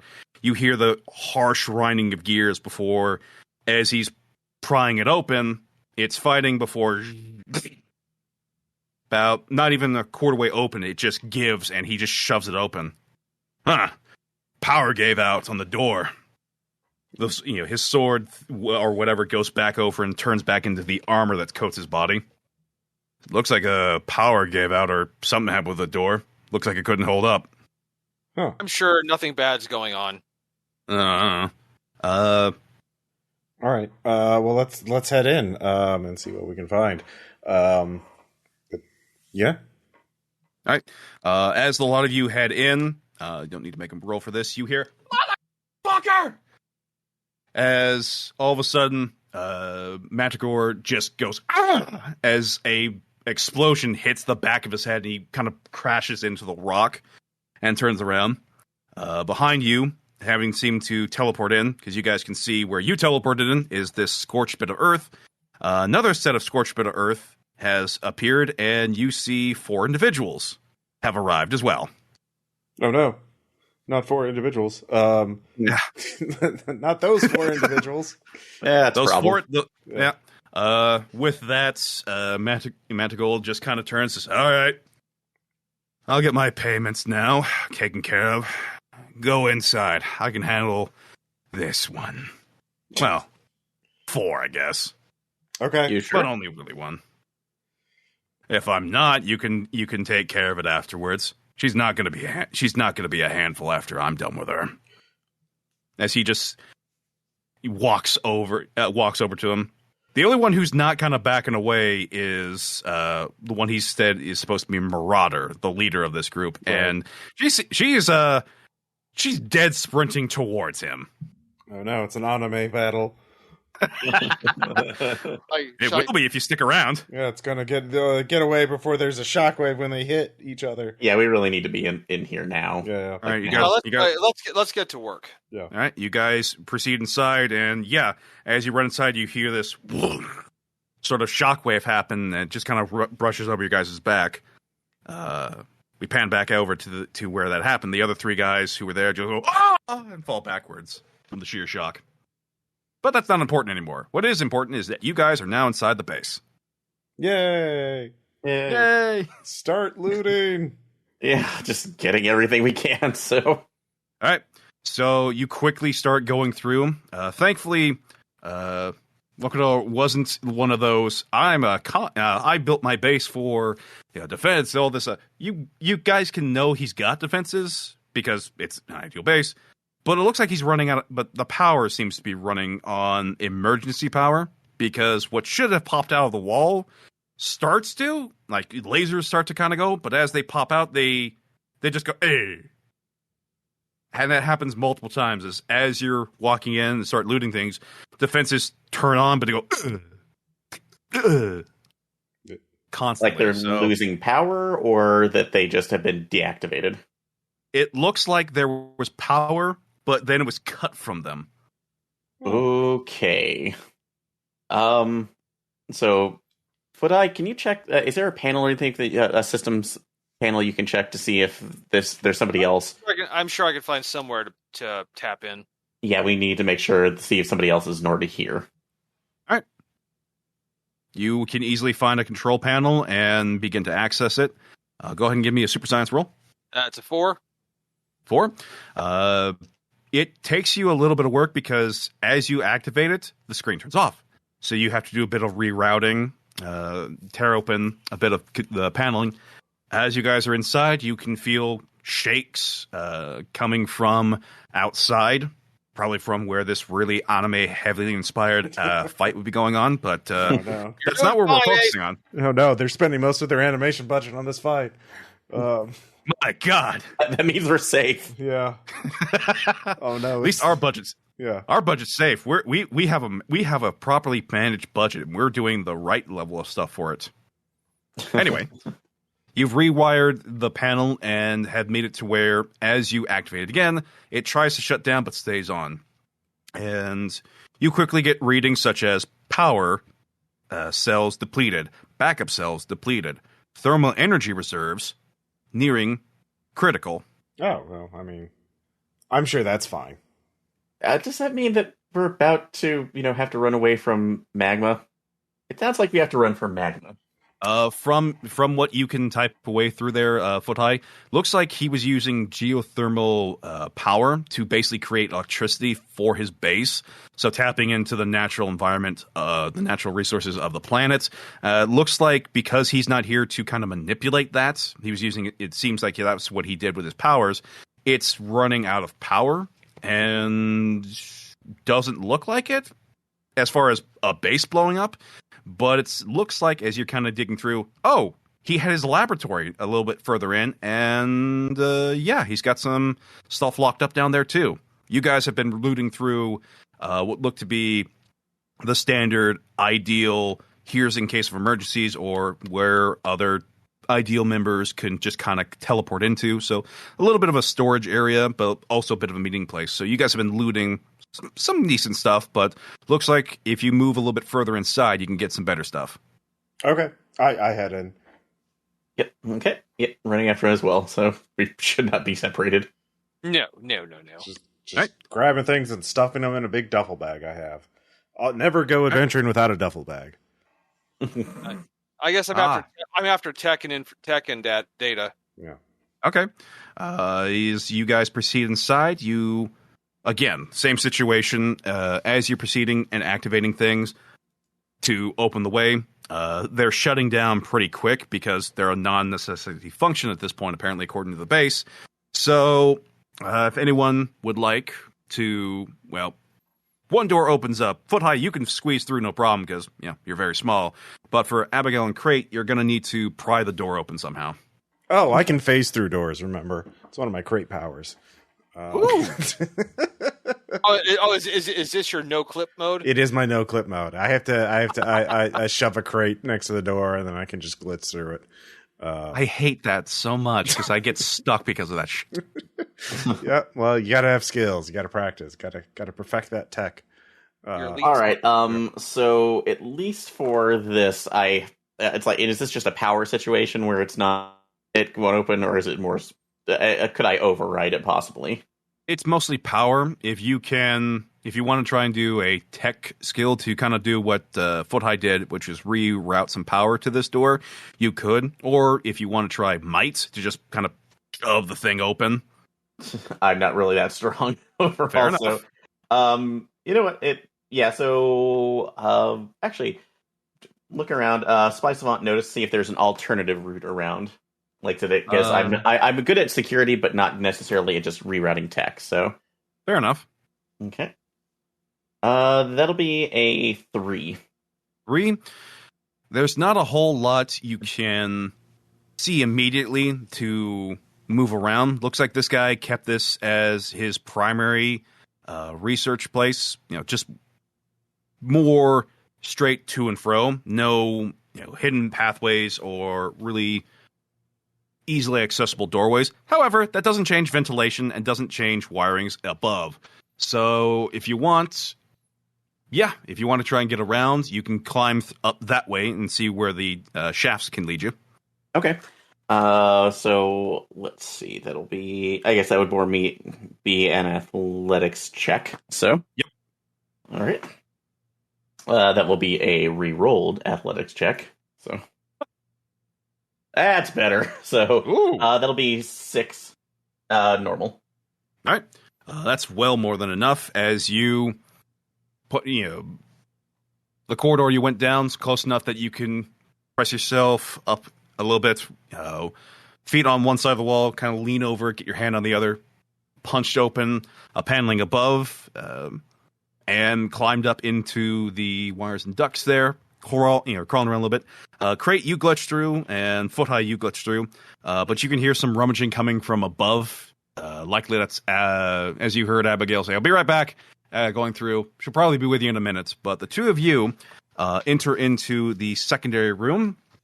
And looks like this is more where Volcano was setting up his own personal lab and has just a lot of good stuff here.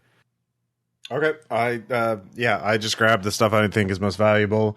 If I'm not sure, I'll ask Foot High. Like, how about this? This? No, it's this. Yeah.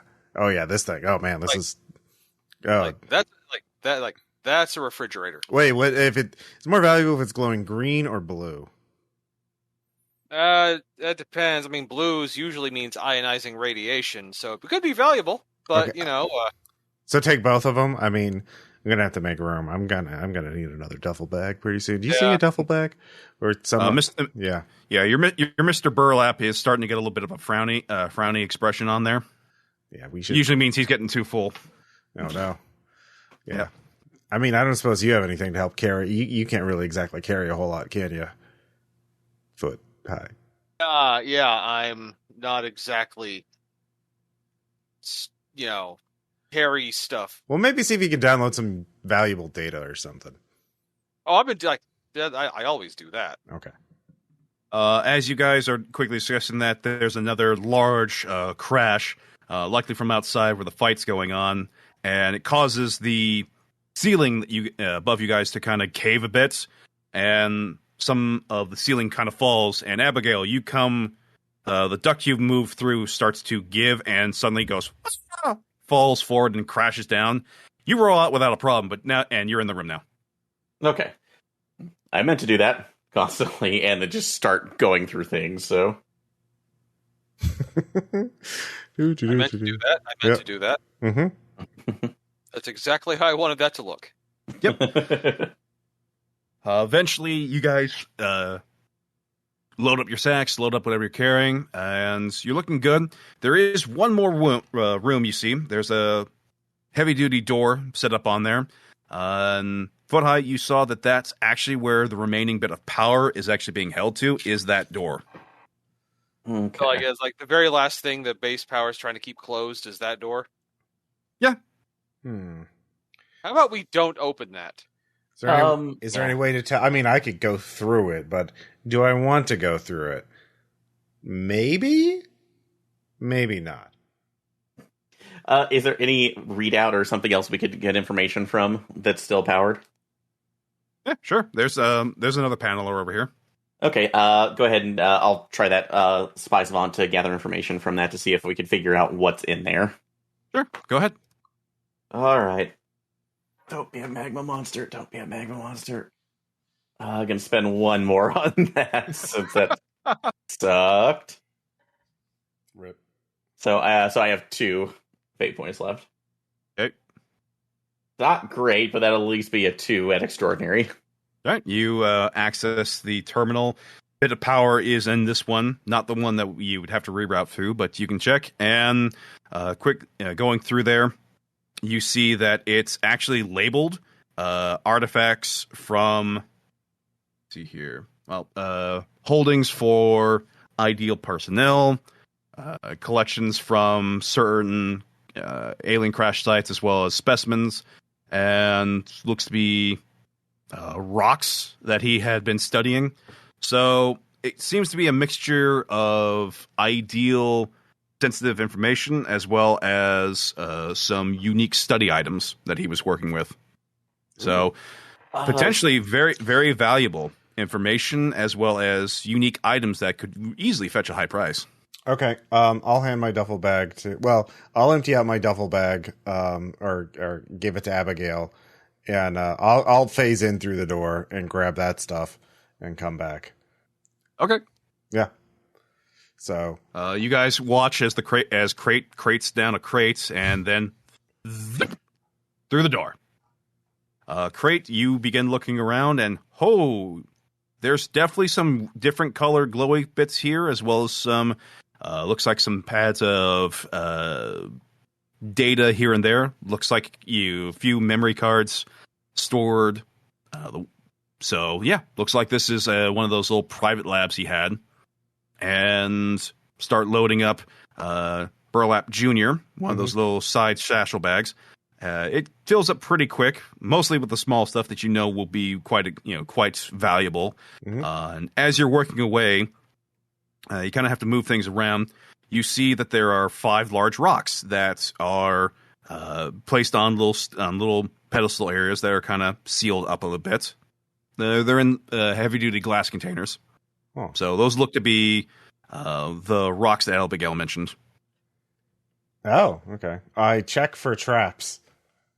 No traps. Okay. As your roll will say. I kind of jumped the gun, assuming that, you're probably not going to roll too bad on this one. It doesn't look like, as you take a look around, there's no traps, no laser turrets. If there had been,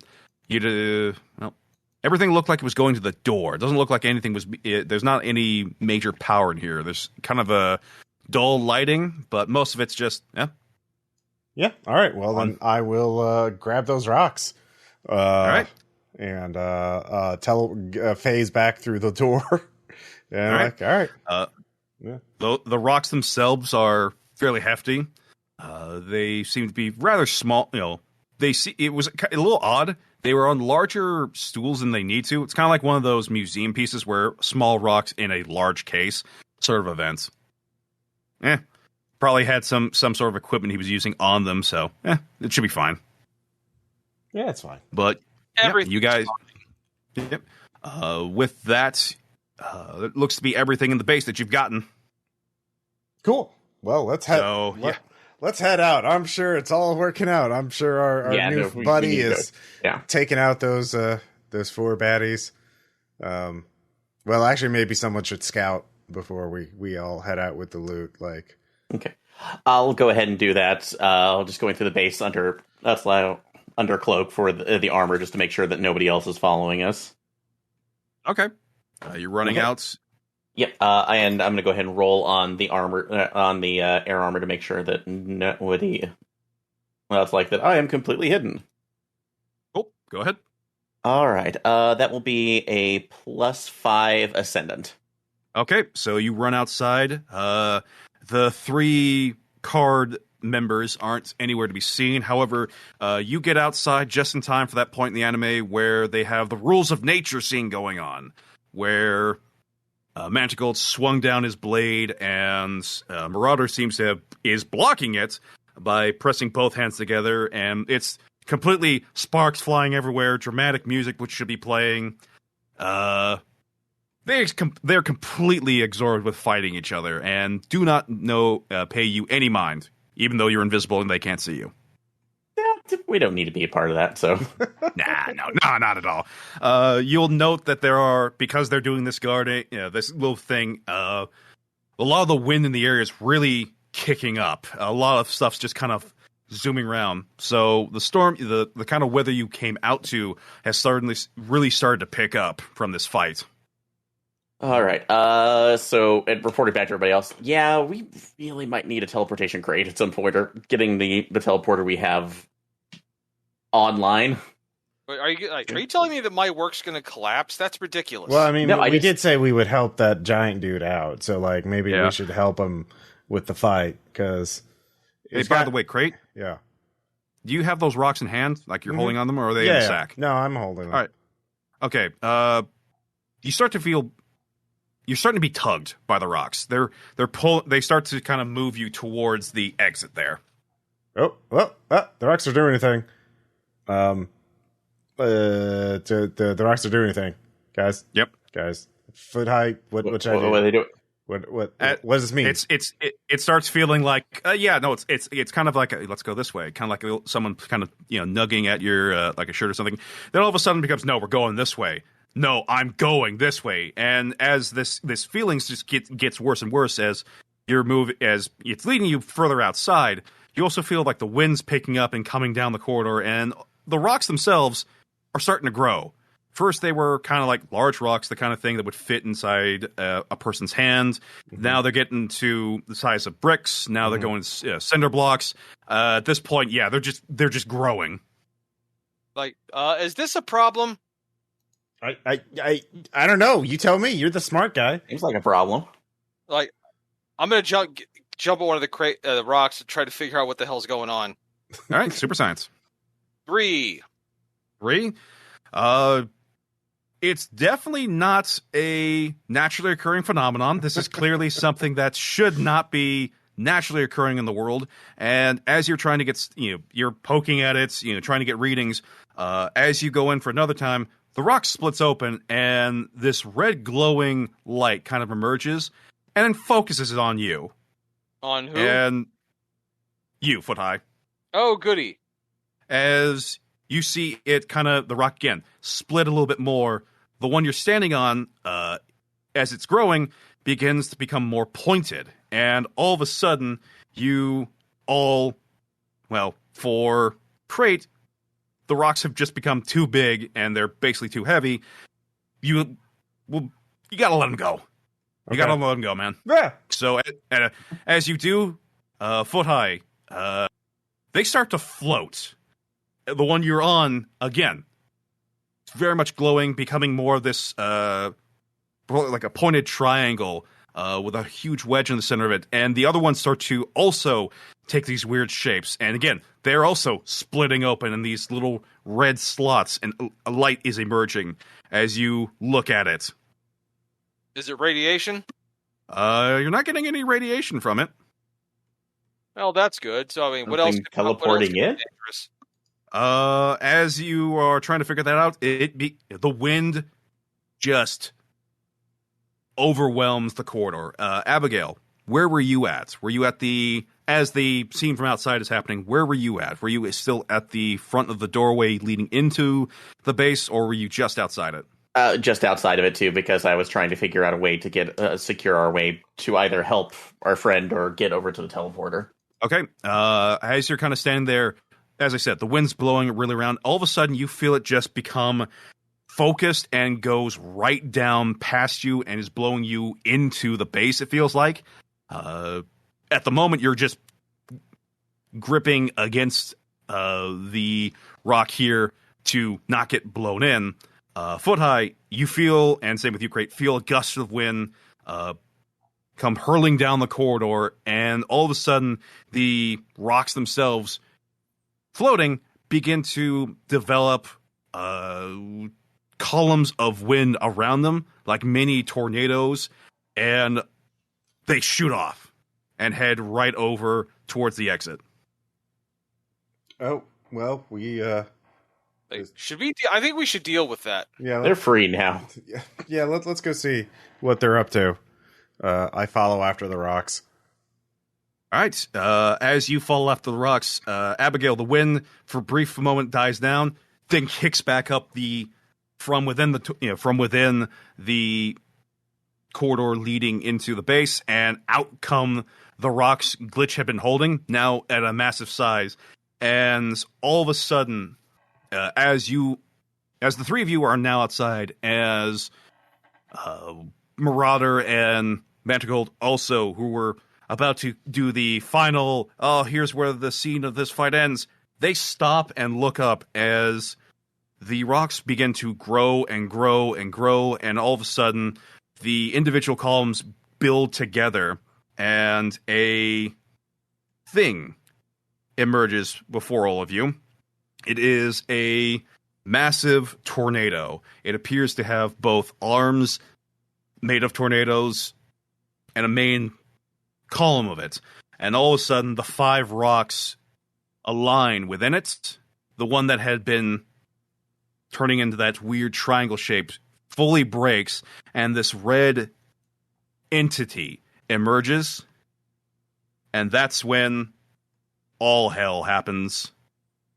The wind, the rocks, everything around you begins to break and tear apart. Next thing any of you all know, goes dark. Meh. Well, that was an interesting end. Everything's fine. Everything's fine. as you're all just kind of, well, what's going on? Why is everything dark?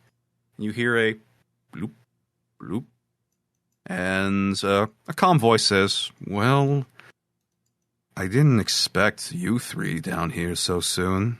Oh well. At least I can make your journey across the Styx very comfortable." Oh no! What? As the light in your eyes kind of clicks up, and you're on a boat going down a river. Well, it should be a river, but it's looks to be boiling red hot, and a robed figure is just kind of moving it along. Said, "Oh, welcome to Hades. I will be your boatman. Carry on." And that is where we're going to end. Shit, Mom was right. No. Speed run out of hell. Okay. Yep. Interesting. So I see this is why this is a part 1 of 3 adventure. Yep. Okay. Yep. or do we just stay dead? Well, I will let that be for everyone else to wonder about. But, welcome to Gold Standard. It is part 1 of a 3-part scenario that is known as God Cell. And I give you all credit. You have met the creature that will be the big crux of God Cell.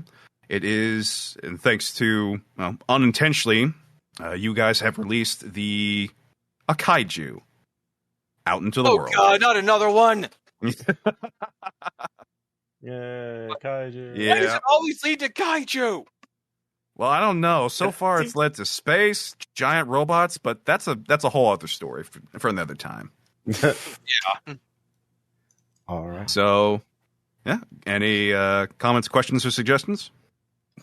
Nope, that was interesting. So, like, at least a very interesting cutoff point there. Yeah. So, just saying, yeah, you died.